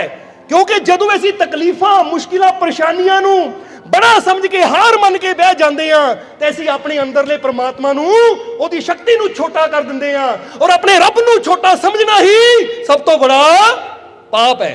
इसलिए एक गल हमेशा याद रखो कि अपने अंदर बैठे परमात्मा नू, अपने अंदर बैठे परम शक्तिशाली प्रभु नू इन्ना शक्तिशाली ऐसी समझना है, क्योंकि है पर ऐसी समझे नहीं है। समझना है कि साडी हर बीमारी हर मुश्किल हर परेशानी सानू छोटी लगे कि लै वो मेरे अंदर एडी शक्ति है, उसके सामने ये परेशानी तो है ही बड़ी छोटी। जरा जवाब दो, तुम्हारे अंदर परमात्मा है या नहीं? या तो कहना भी बंद कर दो कि मेरे अंदर परमात्मा है। ये मानते हो तो फिर डरते क्यों? ये परेशानी मुश्किल तो डर के हार मन के बह गए, तो ऐसी फिर मतलब मुश्किल नू ताकतवर तो अपने रब नू कमजोर समझ लिया कि मेरे अंदर कोई कमजोर बैठा है। फिर एक गुनाह नहीं तो होर की है, पाप नहीं तो होर की कि एडे शक्तिशाली रब नू छोटा समझना, कमजोर समझना ही सब तो बड़ा पाप है। ये दसो मुश्किलां नू कि आ 2-4 होर लिया नाल, मैं नहीं डरदा क्योंकि मेरे अंदर शक्ति एडी है कि तेरे वर्गियां हजारां मुश्किलां नू इदां संभाल लूं मैं। जिहदा कि छोटी ये वीडियो देख रहे सी असीं, जरा गौर करना, छोटी ये वीडियो देख रहे सी, उस दसिया है कि नहीं देखिया कि एक हाथी का बच्चा है छोटा जिहा और 10 शेर है। किन्ने शेर है? 10 शेर है। गिनती की वीडियो नू रोक के, वो 10 शेर हाथी के छोटे जे बच्चे नू मारन की कोशिश कर रहे कि कोई ऊपर चढ़ गया, कोई उन्होंने इधरों फड़ रहा, कोई उधरों फड़ रहा है, पर हाथी का बच्चा कला ही उन्हें शेरां का मुकाबला कर रहा है। कोल ही एक नदी है, शायद तुसीं भी वीडियो देखी होगी कि कोल ही एक नदी है, वो शेरां का सामना करता करता नदी तरफ नाले जा रहा है, नाले हौली हौली एक पानी उधर जा रहा है, एक शेर तो उपर ही चढ़िया होया है जिन्हें पंजे गड्ढे हुए उसकी स्किन विच, और मुंह भी उन्हें मुच भी मारिया होया है, पर हाथी का बच्चा घूम के इदां लड़ रहा है, सुंड ना वार कर रहा, पैरां ना वार कर रहा है, और हौली हौली नदी वाल जा रहा है। फिर होया कि ये कोई 7-8 मिनट की वीडियो है, पर 7-8 मिनट की वीडियो में शिक्षा बहुत बड़ी देती है। छोटे जे बच्चे ने वो 10 शेरां तो अपनी जान बचाई, ਔਰ 10 ਸ਼ੇਰਾਂ ਨੂੰ ਜਦੋਂ ਨਦੀ 'ਚ ਗਿਆ ਨਾ, ਸ਼ੇਰ ਪਿੱਛੇ ਰਹਿ ਗਏ, ਫਿਰ ਦੌੜ ਕੇ ਆਵੇ, ਸ਼ੇਰ ਇਦਾਂ ਦੌੜਨ ਪਿੱਛੇ ਨੂੰ। ਇਹ ਕਿ ਇਹਨੂੰ ਕਹਿੰਦੇ ਆ ਕਿ ਜੇ ਮਤ ਕਹੋ ਖੁਦਾ ਸੇ ਮੇਰੀ ਮੁਸ਼ਕਿलें ਬੜੀ ਹੈ, ਕਿ ਆ ਸ਼ੇਰ ਵੱਡੇ ਆ 10 ਤਾਂ ਮੈਂ ਛੋਟਾ ਜਿਹਾ ਬੱਚਾ ਇਕੱਲਾ ਆ। ਨਹੀਂ, ਮੇਰੇ ਅੰਦਰ ਉਹ ਤਾਕਤ ਬੈਠੀ ਹੈ, ਮੇਰੇ ਅੰਦਰ ਉਹ ਸ਼ਕਤੀ ਬੈਠੀ ਹੈ। ਜਿੱਦਾਂ ਉਹ ਸੁੰਡ ਚੱਕ ਕੇ ਲਲਕਾਰਦਾ ਨਾ, ਤਾਂ ਸਾਡੇ ਸਾਹਮਣੇ ਕਹਿ ਰਿਹਾ ਹੈ ਉਹ 10 ਕੀ 100 ਹੋਰ ਆ ਜਾਵੇ ਤਾਂ ਵੀ ਨਹੀਂ ਮੈਂ ਡਰਦਾ, ਕਿਉਂਕਿ ਤੁਹਾਨੂੰ ਕੀ ਪਤਾ ਮੇਰੇ ਅੰਦਰ ਕਿਹੜੀ ਸ਼ਕਤੀ ਕੰਮ ਕਰਦੀ ਹੈ। ਸੋ ਇਦਾਂ ਦੀਆਂ ਕੁਝ ਨਾ ਚੀਜ਼ਾਂ ਛੋਟੀਆਂ ਐਸੀ ਕਿਤੇ ਪੋਜ਼ਿਟਿਵ ਚੀਜ਼ਾਂ ਦੇਖੋ ਜਿਹੜੀਆਂ ਸਾਨੂੰ ਸਿੱਖਿਆ ਦੇਣ ਕਿ ਜੇ ਇੱਕ ਜਾਨਵਰ 10 ਸ਼ੇਰਾਂ ਦਾ ਮੁਕਾਬਲਾ ਇਕੱਲਾ ਕਰ ਸਕਦਾ, ਹਾਲਾਂਕਿ ਸ਼ੇਰ ਨੂੰ ਜੰਗਲ ਦਾ ਰਾਜਾ ਕਿਹਾ ਜਾਂਦਾ ਹੈ, ਤਾਂ ਤੁਸੀਂ ਕੀ ਕਮਜ਼ੋਰ ਹੋ? ਕੀ ਤੁਸੀਂ ਕਮਜ਼ੋਰ ਹੋ? ਇੱਕ ਗੱਲ ਯਾਦ ਰੱਖੋ, ਤੁਸੀਂ ਕਮਜ਼ੋਰ ਨਹੀਂ ਹੋ, ਪਰ ਜਦੋਂ ਤੁਸੀਂ ਆਪਣੇ ਆਪ ਨੂੰ ਕਮਜ਼ੋਰ ਮੰਨ ਲੈਂਦੇ ਹੋ ਨਾ, ਜੇ ਤਾਂ ਅਸੀਂ ਕਹਿੰਦੇ ਆ ਕਿ ਕੋਈ ਚੀਜ਼ ਤੁਹਾਨੂੰ ਉਦੋਂ ਤੱਕ ਨਹੀਂ ਹਰਾ ਸਕਦੀ ਜਦ ਤੱਕ ਤੁਸੀਂ ਅੰਦਰੋਂ ਨਾ ਸੋਚ ਲਵੋ ਮੈਂ ਹਾਰ ਗਿਆ। ਉਹ ਹੈ ਹਾਰ ਉਦੋਂ ਸ਼ੁਰੂ ਹੁੰਦੀ ਜਦੋਂ ਅਸੀਂ ਮੰਨ ਲੈਂਦੇ ਮੈਂ ਹਾਰ ਗਿਆ। ਨਹੀਂ ਤਾਂ ਬਾਹਰੋਂ ਬਾਰ-ਬਾਰ ਕੋਸ਼ਿਸ਼ ਕਰਨ ਦੇ ਬਾਵਜੂਦ ਵੀ ਅਗਰ ਅਸੀਂ ਕੋਸ਼ਿਸ਼ ਕਰਦੇ ਆ ਤਾਂ ਯਾਦ ਰੱਖੋ 1-2 ਵਾਰ ਅਸਫਲ ਜ਼ਰੂਰ ਹੋਵਾਂਗੇ, 1-2 ਵਾਰ ਦੀ ਜਗ੍ਹਾ 10 ਵਾਰ ਵੀ ਅਸਫਲ ਜ਼ਰੂਰ ਹੋਵਾਂਗੇ, ਪਰ ਫਿਰ ਵੀ ਅਗਰ ਅਸੀਂ ਕੋਸ਼ਿਸ਼ ਕਰਦੇ ਕਾਮਯਾਬੀ ਤੱਕ ਪਹੁੰਚ ਗਏ ਤਾਂ ਸਾਡੀ ਹਾਰ ਨਹੀਂ ਹੈ। ਬਲਕਿ ਜਦੋਂ ਅਸਫਲ ਬੰਦਾ ਹੁੰਦਾ ਹੈ ਨਾ, ਉਹਨੂੰ ਹਾਰ ਨਾ ਮੰਨੋ, ਉਹਨੂੰ ਇਹ ਮੰਨੋ ਕਿ ਅਸਫਲਤਾ ਵੀ ਮੈਨੂੰ ਸਿਖਾ ਰਹੀ ਹੈ ਕਿ ਮੇਰੇ ਅੰਦਰ ਕਮੀ ਕਿੱਥੇ ਰਹਿ ਗਈ ਹੈ। ਹੁਣ ਉਹ ਅਗਲੀ ਵਾਰ ਨੂੰ ਕਮੀ ਨੂੰ ਦੂਰ ਕਰਕੇ ਕਦਮ ਵਧਾਉਣਾ ਹੈ। ਸਮਝ ਆ ਰਹੀ ਹੈ ਕਿ ਨਹੀਂ? ਇਸ ਲਈ ਇਹ ਚੀਜ਼ ਨੂੰ ਸਮਝੋ ਕਿ ਮੁਸ਼ਕਿਲਾਂ ਨੂੰ ਇਹ ਦੱਸ ਦਿਓ ਕਿ ਮੇਰਾ ਉਹ ਰੱਬ ਬਹੁਤ ਬੜਾ ਹੈ, ਉਹਦੀ ਤਾਕਤ ਬਹੁਤ ਬੜੀ ਹੈ, ਮੇਰਾ ਵਿਸ਼ਵਾਸ ਬਹੁਤ ਬੜਾ ਹੈ। ਪਰ ਅਸੀਂ ਕੀ ਕਰਦੇ ਆ? ਆਪਣੇ ਵਿਸ਼ਵਾਸ ਨੂੰ ਛੋਟਾ ਜਿਹਾ ਕਰ ਲੈਂਦੇ, ਆਪਣੇ ਅੰਦਰ ਬੈਠੇ ਭਗਵਾਨ ਨੂੰ, ਪ੍ਰਭੂ ਨੂੰ ਛੋਟਾ ਜਿਹਾ ਸਮਝਦੇ ਆ, ਮੁਸੀਬਤਾਂ ਨੂੰ ਬੜੀਆਂ ਸਮਝ ਲੈਂਦੇ ਆ। ਮੁਸੀਬਤ ਬਹੁਤ ਬੜੀ ਹੈ, ਕੋਈ ਮੁਸੀਬਤ ਬੜੀ ਨਹੀਂ ਹੈ। ਅਗਰ ਤੁਹਾਡਾ ਜਰਾ ਹੁਣ ਗੌਰ ਕਰੋ, ਅਗਰ ਮੁਸੀਬਤ ਬੜੀ ਹੁੰਦੀ ਤਾਂ ਇੰਨੇ ਸਾਲਾਂ ਤੋਂ ਬੰਦਾ 10 ਸਾਲ ਹੋ ਗਏ ਮੁਸੀਬਤ 'ਚ, ਭਾਈ ਫਿਰ 10 ਸਾਲ ਜੀ ਕਿੱਦਾਂ ਰਿਹਾ ਤੂੰ? ਜੇ ਵੱਡੀ ਹੁੰਦੀ ਹੈ ਤਾਂ ਪਹਿਲੇ ਦਿਨ ਹੀ ਤੇਰੀ ਜਾਨ ਲੈ ਲੈਣੀ ਸੀ। ਜੇ ਅੱਜ ਤੱਕ ਜੀ ਰਿਹਾ ਤੇ ਇਹਦਾ ਮਤਲਬ ਕੋਈ ਤਾਕਤ ਹੈ ਜਿਹੜੀ ਤੈਨੂੰ ਬਚਾ ਰਹੀ ਹੈ। ਹੁਣ ਤੈਨੂੰ ਜ਼ਰੂਰਤ ਹੈ ਵਿਸ਼ਵਾਸ ਨੂੰ ਵਧਾਉਣ ਦੀ, ਤਾਂ ਕਿ ਤੇਰੀ ਸ਼ਕਤੀ ਔਰ ਉਹਦੀ ਰਹਿਮਤ ਹੋਰ ਵਧੇ ਤੇਰੇ ਜੀਵਨ 'ਚ। ਇਸ ਲਈ ਜੇ ਮਤ ਕਹੋ ਖੁਦਾ ਸੇ ਮੇਰੀ ਮੁਸ਼ਕਿलें बड़ी है, तुम मुश्किलों से कह दो मेरा खुदा बड़ा है। अग्नि में तप कर सोना है और भी निखरता, दुर्गम को पार करके हिमालय कोई चढ़ा है। ये मत कहो खुदा से मेरी मुश्किलें बड़ी है, तुम मुश्किलों से कह दो मेरा। कहते अग विच पै के सोना होर निखरदा है। और जे किसी ने हिमालय की चोटी ते पहुंचना होवे ना, पहला झाड़ा बूझियां चों दुर्गम का मतलब होंदा खाइयां चों, खड्डियां चों, किन्ने झाड़ फूस चों गुजर के ही बंदा हिमालय के शिखर ते पहुंचदा। ते जे बंदा सोचे लै भी सीधा हैलीकॉप्टर च बह के मैनूं चोटी ते ला दिओ, ਤਾਂ ਫਿਰ ਉਹ ਮਜ਼ਾ ਨਹੀਂ ਆਏਗਾ। ਹੁਣ ਇੱਕ ਮਾਊਂਟ ਐਵਰੈਸਟ ਤੇ ਹੁੰਦਾ ਆਪ ਚੜ ਕੇ ਜਾਣਾ, ਤੇ ਇਹ ਵੀ ਹੋ ਸਕਦਾ ਕੋਈ ਅਮੀਰ ਆਦਮੀ ਕਰੋੜਾਪਤੀ ਕਹੇ ਆਪਣਾ ਮੇਰਾ ਹੈਲੀਕਾਪਟਰ ਹੈ, ਮੈਂ ਤਾਂ ਹੈਲੀਕਾਪਟਰ ਲੈ ਕੇ ਜਾਵਾਂ ਤੇ ਜਾ ਕੇ ਚੋਟੀ ਤੇ ਖੜ ਜਾਵਾਂ, ਤਾਂ ਉਹਨੂੰ ਅਸੀਂ ਵਿਜੇਤਾ ਨਹੀਂ ਕਵਾਂਗੇ। ਉਹਨੂੰ ਸਮਝਦੇ ਹੋ ਕਿ ਨਹੀਂ? ਵਿਜੇਤਾ ਤਾਂ ਉਹ ਹੁੰਦੇ ਆ ਜੋ ਆਪਣੇ ਪੈਰਾਂ ਨਾਲ ਇੱਕ ਇੱਕ ਕਦਮ ਚੱਲ ਕੇ ਹਰ ਮੁਸੀਬਤ ਦਾ ਸਾਹਮਣਾ ਕਰਕੇ ਸਿਖਰ ਤੇ ਪਹੁੰਚਦੇ ਆ। ਇਸ ਲਈ ਵਿਜੇਤਾ ਬਣਨਾ ਹੈ, ਤੁਸੀਂ ਬਣੋਗੇ ਕਿ ਨਹੀਂ? ਇਸ ਲਈ ਆਪਣੇ ਆਪ ਨੂੰ ਕਮਜ਼ੋਰ ਨਾ ਸਮਝੋ, ਕਿਉਂਕਿ ਜਦੋਂ ਤੁਸੀਂ ਆਪਣੇ ਆਪ ਨੂੰ ਕਮਜ਼ੋਰ ਸਮਝਦੇ ਹੋ ਤਾਂ ਤੁਸੀਂ ਆਪਣੇ ਅੰਦਰ ਬੈਠੇ ਆਪਣੇ ਭਗਵਾਨ ਦਾ ਕੀ ਕਰ ਰਹੇ ਹੋ? ਨਿਰਾਦਰ ਕਰ ਰਹੇ ਹੋ, ਉਹਦੀ ਬੇਇੱਜ਼ਤੀ ਕਰ ਰਹੇ ਹੋ, ਇਨਸਲਟ ਕਰ ਰਹੇ ਹੋ ਉਹਦੀ। ਉਹ ਪ੍ਰਮਾਤਮਾ ਕਹਿੰਦਾ ਜਦੋਂ ਤੂੰ ਕਹਿੰਦਾ ਮੈਂ ਕਮਜ਼ੋਰ, ਤਾਂ ਤੇਰੇ ਅੰਦਰ ਹੈ ਕੌਣ? ਜ਼ਰਾ ਸੋਚੋ। ਜੇ ਅਸੀਂ ਇਹ ਯਕੀਨ ਕਰੀਏ ਤਾਂ ਹੀ ਤਾਂ ਅਸੀਂ ਕਹਿੰਦੇ ਮੈਡੀਟੇਸ਼ਨ ਕਰੋ, ਧਿਆਨ ਕਰੋ, ਜਾਣੋ ਆਪਣੇ ਅੰਦਰਲੀ ਸ਼ਕਤੀ ਨੂੰ, ਜਾਣੋ ਆਪਣੀ ਅੰਦਰਲੀ ਤਾਕਤ ਨੂੰ ਕਿ ਮੇਰੇ ਅੰਦਰ ਕਿਹੜੀ ਤਾਕਤ ਕੰਮ ਕਰ ਰਹੀ ਹੈ, ਮੇਰੇ ਅੰਦਰ ਕਿਹੜੀ ਸ਼ਕਤੀ ਕੰਮ ਕਰ ਰਹੀ ਹੈ। ਕਿਉਂਕਿ ਜਿੱਦਾਂ ਜਿੱਦਾਂ ਉਹ ਤਾਕਤ ਨਜ਼ਰ ਆਉਂਦੀ ਹੈ ਨਾ, ਤਾਂ ਉਦਾਂ ਬੰਦੇ ਦੀ ਆਤਮਿਕ ਸ਼ਕਤੀ ਵੱਧਦੀ ਹੈ, ਵਿਲ ਪਾਵਰ ਵੱਧਦੀ ਹੈ। ਫਿਰ ਬੰਦਾ ਹਰ ਮੁਸ਼ਕਿਲ ਦਾ ਸਾਹਮਣਾ ਬੜੀ ਆਸਾਨੀ ਨਾਲ ਕਰ ਲੈਂਦਾ। ਜਿੱਦਾਂ ਜੀਸਸ ਕ੍ਰਾਈਸਟ ਦੀ ਗੱਲ ਦੱਸੀ ਕਿ ਜੀਵਨ ਹੋਵੇ ਤਾਂ ਇਦਾਂ ਗੁਰੂਆਂ ਰਹਿਬਰਾਂ ਵਰਗਾ ਕਿ ਕੋਈ ਕੁਝ ਵੀ ਕਰੇ, ਅਸੀਂ ਕਚਰਾ ਨਹੀਂ ਅੰਦਰ ਜਾਣ ਦੇਣਾ, ਅਸੀਂ ਆਨੰਦ ਨਾਲ ਭਰਪੂਰ ਹਾਂ, ਖੁਸ਼ੀ ਨਾਲ ਭਰਪੂਰ ਹੀ ਖੁਸ਼ ਰਹਿਣਾ ਹੈ, ਕਿਉਂਕਿ ਅਸੀਂ ਡਸਟਬਿਨ ਨਹੀਂ ਹਾਂ, ਸਾਡੀ ਜ਼ਿੰਦਗੀ ਸਾਡੀ ਹੈ। ਇਸ ਲਈ ਆਪਣੇ ਜੀਵਨ ਨੂੰ ਵੀ ਐਸਾ ਬਣਾਓ। ਇਧਰ ਆ ਜਾਈਏ, ਹੁਣ ਟਾਈਮ ਕਾਫੀ ਹੋ ਗਿਆ, ਸਤਸੰਗ ਨੂੰ ਆਖਰਲੇ ਵਚਨਾਂ ਦੀ ਤਰਫ ਲੈ ਕੇ ਚਲੀਏ ਕਿ ਫਕੀਰਾਂ ਤੋਂ ਪੁੱਛਿਆ ਮਾਰੇ ਪਹੁੰਚਣ ਦਾ ਰਾਜ ਕੀ ਹੈ ਤੁਹਾਡਾ ਇਸ ਮੰਜ਼ਿਲ ਤੱਕ? ਇਹ ਮੰਜ਼ਿਲ ਤੱਕ ਤੁਸੀਂ ਪਹੁੰਚੇ ਹੋ, ਅਨੰਤ ਤੱਕ ਪਹੁੰਚੇ ਹੋ, ਰਾਜ ਕੀ ਹੈ? ਫਕੀਰ ਕਹਿੰਦੇ ਰਾਜ ਪੁੱਛਿਆ ਤਾਂ ਰਾਜ ਦੀ ਗੱਲ ਵੀ ਦੱਸ ਦਿੰਦੇ ਆ ਕਿ ਭਾਈ ਕਦੀ ਮੈਂ ਵੀ ਤੇਰੀ ਤਰ੍ਹਾਂ ਪਾਪੀ ਸੀ, ਮੈਂ ਵੀ ਬਹੁਤ ਪਾਪ ਕੀਤੇ। ਜਰਾ ਹੁਣ ਗੌਰ ਕਰਨਾ, ਗੱਲ ਬੜੀ ਸਮਝਣ ਵਾਲੀ ਹੈ। ਅੱਜ ਤੁਸੀਂ ਕਹੋ ਜੀ ਕਿ ਅਸੀਂ ਤਾਂ ਪਾਪੀ ਹਾਂ, ਅਸੀਂ ਉਹ ਅਨੰਤ ਤੱਕ ਕਿੱਦਾਂ ਪਹੁੰਚ ਸਕਦੇ ਹਾਂ? ਅਸੀਂ ਤਾਂ ਪਾਪੀ ਹਾਂ, ਸਾਡੇ ਅੰਦਰ ਇੰਨੇ ਪਾਪ ਹੈ, ਸਾਡੇ ਅੰਦਰ ਇੰਨੀਆਂ ਬੁਰਾਈਆਂ ਹੈ, ਅਸੀਂ ਕਿੱਦਾਂ ਉੱਥੇ ਤੱਕ ਪਹੁੰਚ ਸਕਦੇ ਹਾਂ? ਤਾਂ ਇਹ ਵੀ ਇੱਕ ਮੂਰਖਤਾ ਦੀ ਗੱਲ ਹੀ ਹੈ, ਸਮਝਦੇ ਹੋ ਕਿ ਨਹੀਂ? ਕਿਉਂਕਿ ਆਪਣੇ ਅੰਦਰਲੇ ਪਾਪਾਂ ਨੂੰ ਤਾਂ ਦੇਖ ਲਿਆ, ਪਰ ਇਹ ਨਹੀਂ ਦੇਖਿਆ ਕਿ ਸਾਡੇ ਅੰਦਰ ਪਰਮ ਸ਼ਕਤੀ, ਪਾਪਾਂ ਦਾ ਨਾਸ਼ ਕਰਨ ਵਾਲਾ ਪ੍ਰਮਾਤਮਾ ਹੀ ਬੈਠਾ ਹੈ। ਹੁਣ ਜੇ ਪਾਪ ਹੀ ਦੇਖਦੇ ਰਵਾਂਗੇ ਤਾਂ ਪ੍ਰਮਾਤਮਾ ਨੂੰ ਕਦੋਂ ਦੇਖਾਂਗੇ? ਹੁਣ ਜਾਂ ਤਾਂ ਤੁਸੀਂ ਸਾਨੂੰ ਦੇਖ ਸਕਦੇ ਹੋ ਜਾਂ ਫਿਰ ਇੱਧਰ ਨੂੰ ਜਾਂ ਉੱਧਰ ਨੂੰ ਦੇਖ ਸਕਦੇ ਹੋ। ਨਜ਼ਰ ਤਾਂ ਇੱਕੋ ਹੀ ਚੀਜ਼ ਆਣੀ ਹੈ ਨਾ। ਤੁਸੀਂ ਕਦੀ ਵੀ ਦੇਖਣਾ, ਆਪਣਾ ਹੱਥ ਵੀ ਕਰ ਲਓ ਨਾ, ਇੱਕ ਉਂਗਲੀ ਨੂੰ ਗੌਰ ਨਾਲ ਦੇਖੋਗੇ, ਫਾਕੀ ਨਜ਼ਰ ਤਾਂ ਆਣਗੀਆਂ ਪਰ ਸਾਫ਼ ਨਹੀਂ ਨਜ਼ਰ ਆਣਗੀਆਂ, ਕਿਉਂਕਿ ਜੇ ਇੱਕੋ ਹੀ ਚੀਜ਼ ਤੇ ਸਾਡੀ ਨਜ਼ਰ ਫੋਕਸ ਕਰ ਸਕਦੀ ਹੈ, ਪੂਰਾ ਧਿਆਨ ਦੇ ਸਕਦੀ ਹੈ। ਇਸ ਲਈ ਫਿਰ ਕਰਕੇ ਕਵਾਂਗੇ ਤੁਹਾਨੂੰ, ਆਪਣੇ ਹੱਥ ਨੂੰ ਵੀ ਦੇਖੋ ਨਾ, ਹਥੇਲੀ ਨੂੰ ਦੇਖੋਗੇ ਤਾਂ ਉਂਗਲੀਆਂ ਬਲਰ ਹੋ ਜਾਣਗੀਆਂ, ਥੋੜੀਆਂ ਧੁੰਦਲੀਆਂ ਹੋ ਜਾਣਗੀਆਂ। ਇੱਕ ਉਂਗਲੀ ਨੂੰ ਦੇਖੋਗੇ ਤਾਂ ਦੂਜੀਆਂ ਸਾਫ਼ ਨਹੀਂ ਹੋਣਗੀਆਂ, ਨਜ਼ਰ ਤਾਂ ਆਣਗੀਆਂ ਉਂਗਲੀਆਂ ਹੈ, ਪਰ ਕਲੀਅਰ ਉਹੀ ਹੋਏਗਾ ਜਿੱਥੇ ਸਾਡੀ ਨਜ਼ਰ ਹੋਏਗੀ। ਇਸੇ ਤਰ੍ਹਾਂ ਜਦੋਂ ਅਸੀਂ ਪਾਪਾਂ ਨੂੰ ਹੀ ਦੇਖਦੇ ਹਾਂ ਤਾਂ ਫਿਰ ਅਸੀਂ ਪਾਪੀ, ਤਾਂ ਜਦੋਂ ਅਸੀਂ ਆਪਣੇ ਅੰਦਰ ਬੈਠੇ ਪ੍ਰਮਾਤਮਾ ਨੂੰ ਦੇਖਣਾ ਸ਼ੁਰੂ ਕਰ ਦਿੱਤਾ ਤਾਂ ਫਿਰ ਹੌਲੀ ਹੌਲੀ ਉਹ ਪ੍ਰਮਾਤਮਾ ਦਾ ਰੰਗ ਸਾਡੇ ਤੇ ਚੜ੍ਹਨਾ ਸ਼ੁਰੂ ਹੋ ਜਾਂਦਾ ਹੈ। ਇਸ ਲਈ ਫਕੀਰਾਂ ਨੇ ਕਿਹਾ, ਬੇਟਾ ਪਹਿਲਾਂ ਮੈਂ ਵੀ ਪਾਪੀ ਸੀ, ਪਰ ਫਿਰ ਇੱਕ ਦਿਨ ਮੈਨੂੰ ਇੱਕ ਫਕੀਰ ਮਿਲਿਆ ਜਿਹਨੂੰ ਮੈਂ ਆਪਣਾ ਮੁਰਸ਼ਿਦ ਬਣਾਇਆ। ਫਿਰ ਮੁਰਸ਼ਿਦ ਨੇ ਮੈਨੂੰ ਜ਼ਿੰਦਗੀ ਜੀਣ ਦਾ ਢੰਗ ਦੱਸਿਆ ਕਿ ਹਰ ਦਿਨ ਹਰ ਪਲ ਮੇਰੇ ਮੁਰਸ਼ਿਦ ਨੇ ਇੱਕ ਸੰਕਲਪ ਲਿਆ ਮੇਰੇ ਤੋਂ। ਕੀ ਲਿਆ? ਸੰਕਲਪ। ਸੰਕਲਪ ਕਹਿ ਲੋ, ਵਚਨ, ਵਾਦਾ ਲਿਆ ਮੇਰੇ ਤੋਂ। ਉਹ ਵਾਦਾ ਕਿਹੜਾ ਸੀ?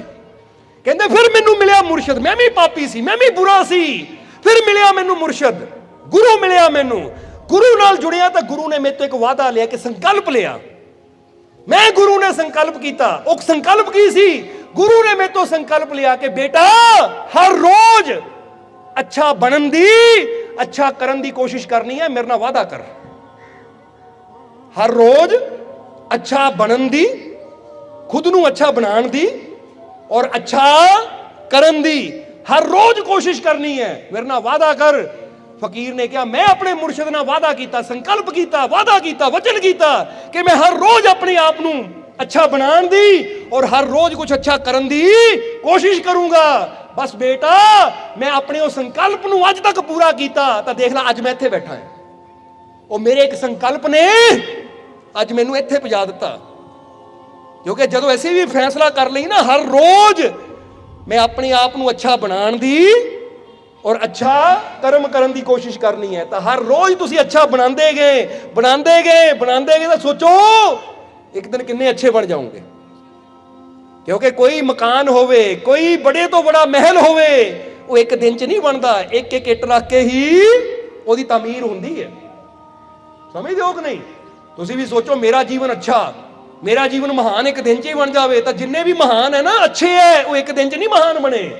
ਹਰ ਰੋਜ਼ ਉਹ ਅੱਛਾ ਕਰ ਦੇਗੇ, ਹਰ ਰੋਜ਼ ਆਪਣੀਆਂ ਕਮੀਆਂ ਨੂੰ ਦੂਰ ਕਰ ਦੇਗੇ, ਆਪਣੇ ਅੰਦਰ ਅੱਛਾਈ ਪੈਦਾ ਕਰ ਦੇਗੇ, ਹਰ ਰੋਜ਼ ਅੱਛਾ ਕਰਮ ਕਰ ਦੇਗੇ, ਅੱਛਾ ਬਣਾਉਂਦੇ ਗਏ, ਤਾਂ ਅੱਛਾ ਬਣਾਉਂਦੇ ਇੱਕ ਦਿਨ ਉਸ ਮੰਜ਼ਿਲ ਤੇ ਪਹੁੰਚ ਗਏ ਜਿਹਨੂੰ ਭਗਵਾਨ ਪਰਮਾਤਮਾ ਪ੍ਰਭੂ ਦਾ ਘਰ ਕਿਹਾ ਜਾਂਦਾ ਹੈ।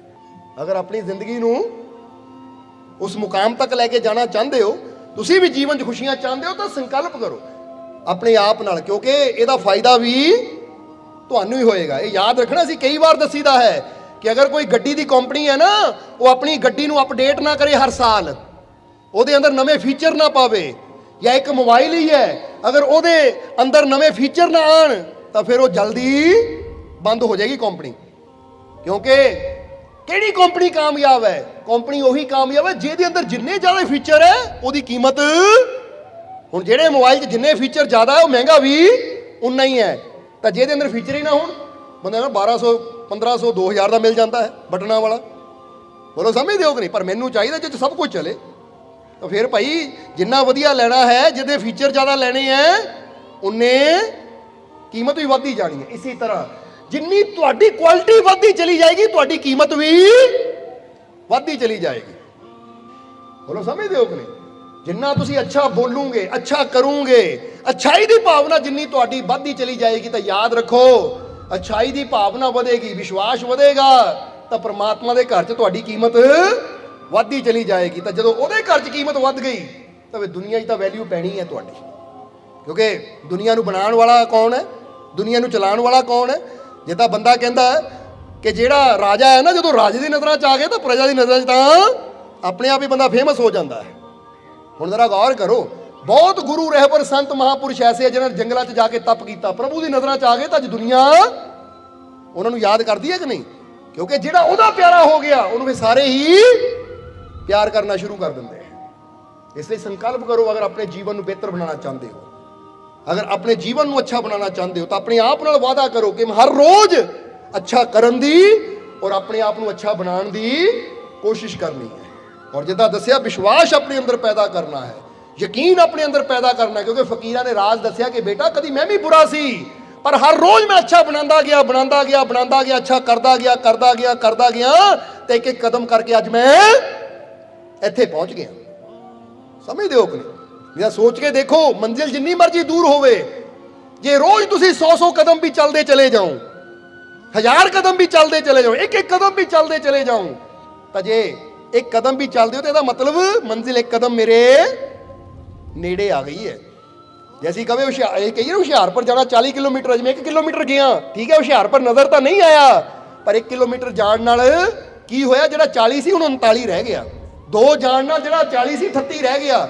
ਮੰਜ਼ਿਲ ਬੇਸ਼ੱਕ ਨਜ਼ਰ ਨਹੀਂ ਆਈ, ਪਰ ਦੂਰੀ ਘਟਦੀ ਜਾ ਰਹੀ ਹੈ। ਇਸੇ ਤਰ੍ਹਾਂ ਜੋ ਤੁਹਾਡੀ ਸੁਪਨਿਆਂ ਦੀ ਮੰਜ਼ਿਲ ਹੈ, ਖੁਸ਼ੀਆਂ ਦੀ ਮੰਜ਼ਿਲ ਹੈ, ਕਾਮਯਾਬੀ ਦੀ ਮੰਜ਼ਿਲ ਹੈ, ਉਸ ਤੱਕ ਪਹੁੰਚਣਾ ਹੈ ਤਾਂ ਤੁਹਾਨੂੰ ਵੀ ਹਰ ਰੋਜ਼ ਉਹਦੀ ਤਰਫ ਕਦਮ ਵਧਾਉਣਾ ਹੀ ਪੈਣਾ ਹੈ।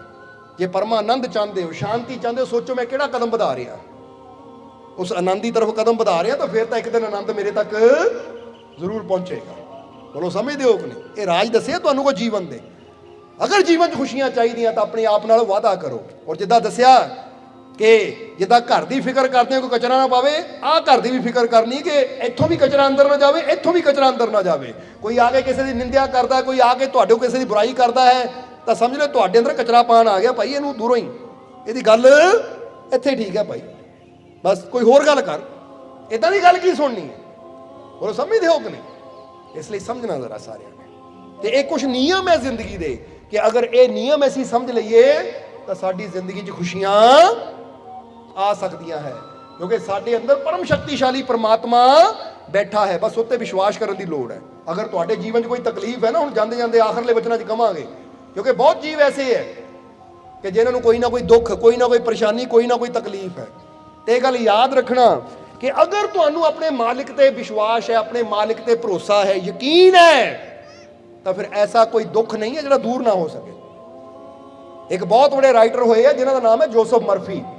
ਉਹਨਾਂ ਦੀ ਇੱਕ ਕਿਤਾਬ ਹੈ ਬੜੀ ਮਸ਼ਹੂਰ ਹੈ, ਦ power of your subconscious mind. बोलो, समझते हो कि नहीं? किताब का नाम है कि आपके अवचेतन मन की शक्ति। ਉਹਦੇ 'ਚ ਇੱਕ ਸੱਚੀ ਘਟਨਾ ਦਾ ਵਾਕਿਆ ਲਿਖਦਾ ਹੈ ਉਹ ਰਾਈਟਰ। ਉਹ ਕਹਿੰਦੇ ਸਨ 1910 ਵਿੱਚ ਆ ਥਰਮਾਮੀਟਰ ਨਵਾਂ ਆਇਆ ਸੀ, ਜਿਹਨਾਂ ਬੁਖਾਰ ਚੈੱਕ ਹੁੰਦੇ ਆ ਨਾ, ਸਨ 1910 ਦੀ ਗੱਲ ਹੈ। ਰਾਈਟਰ ਨੇ ਲਿਖਿਆ ਕਿ ਉਸ ਵੇਲੇ ਇੱਕ ਮਰੀਜ਼ ਸੀ, ਇੱਕ ਆਦਮੀ ਸੀ ਜਿਹਨੂੰ ਟੰਗ ਪੈਰਾਲਾਈਜ਼ ਹੋ ਗਿਆ, ਯਾਨੀ ਉਹਦੀ ਜੀਭ ਨੂੰ ਪੈਰਾਲਾਈਜ਼ ਹੋ ਗਿਆ, ਜੀਭ ਉਹਦੀ ਹਿੱਲ ਨਹੀਂ ਪਾਉਂਦੀ ਸੀ, ਬੋਲ ਨਹੀਂ ਪਾਉਂਦਾ ਸੀ। ਕੀ ਹੋ ਗਿਆ?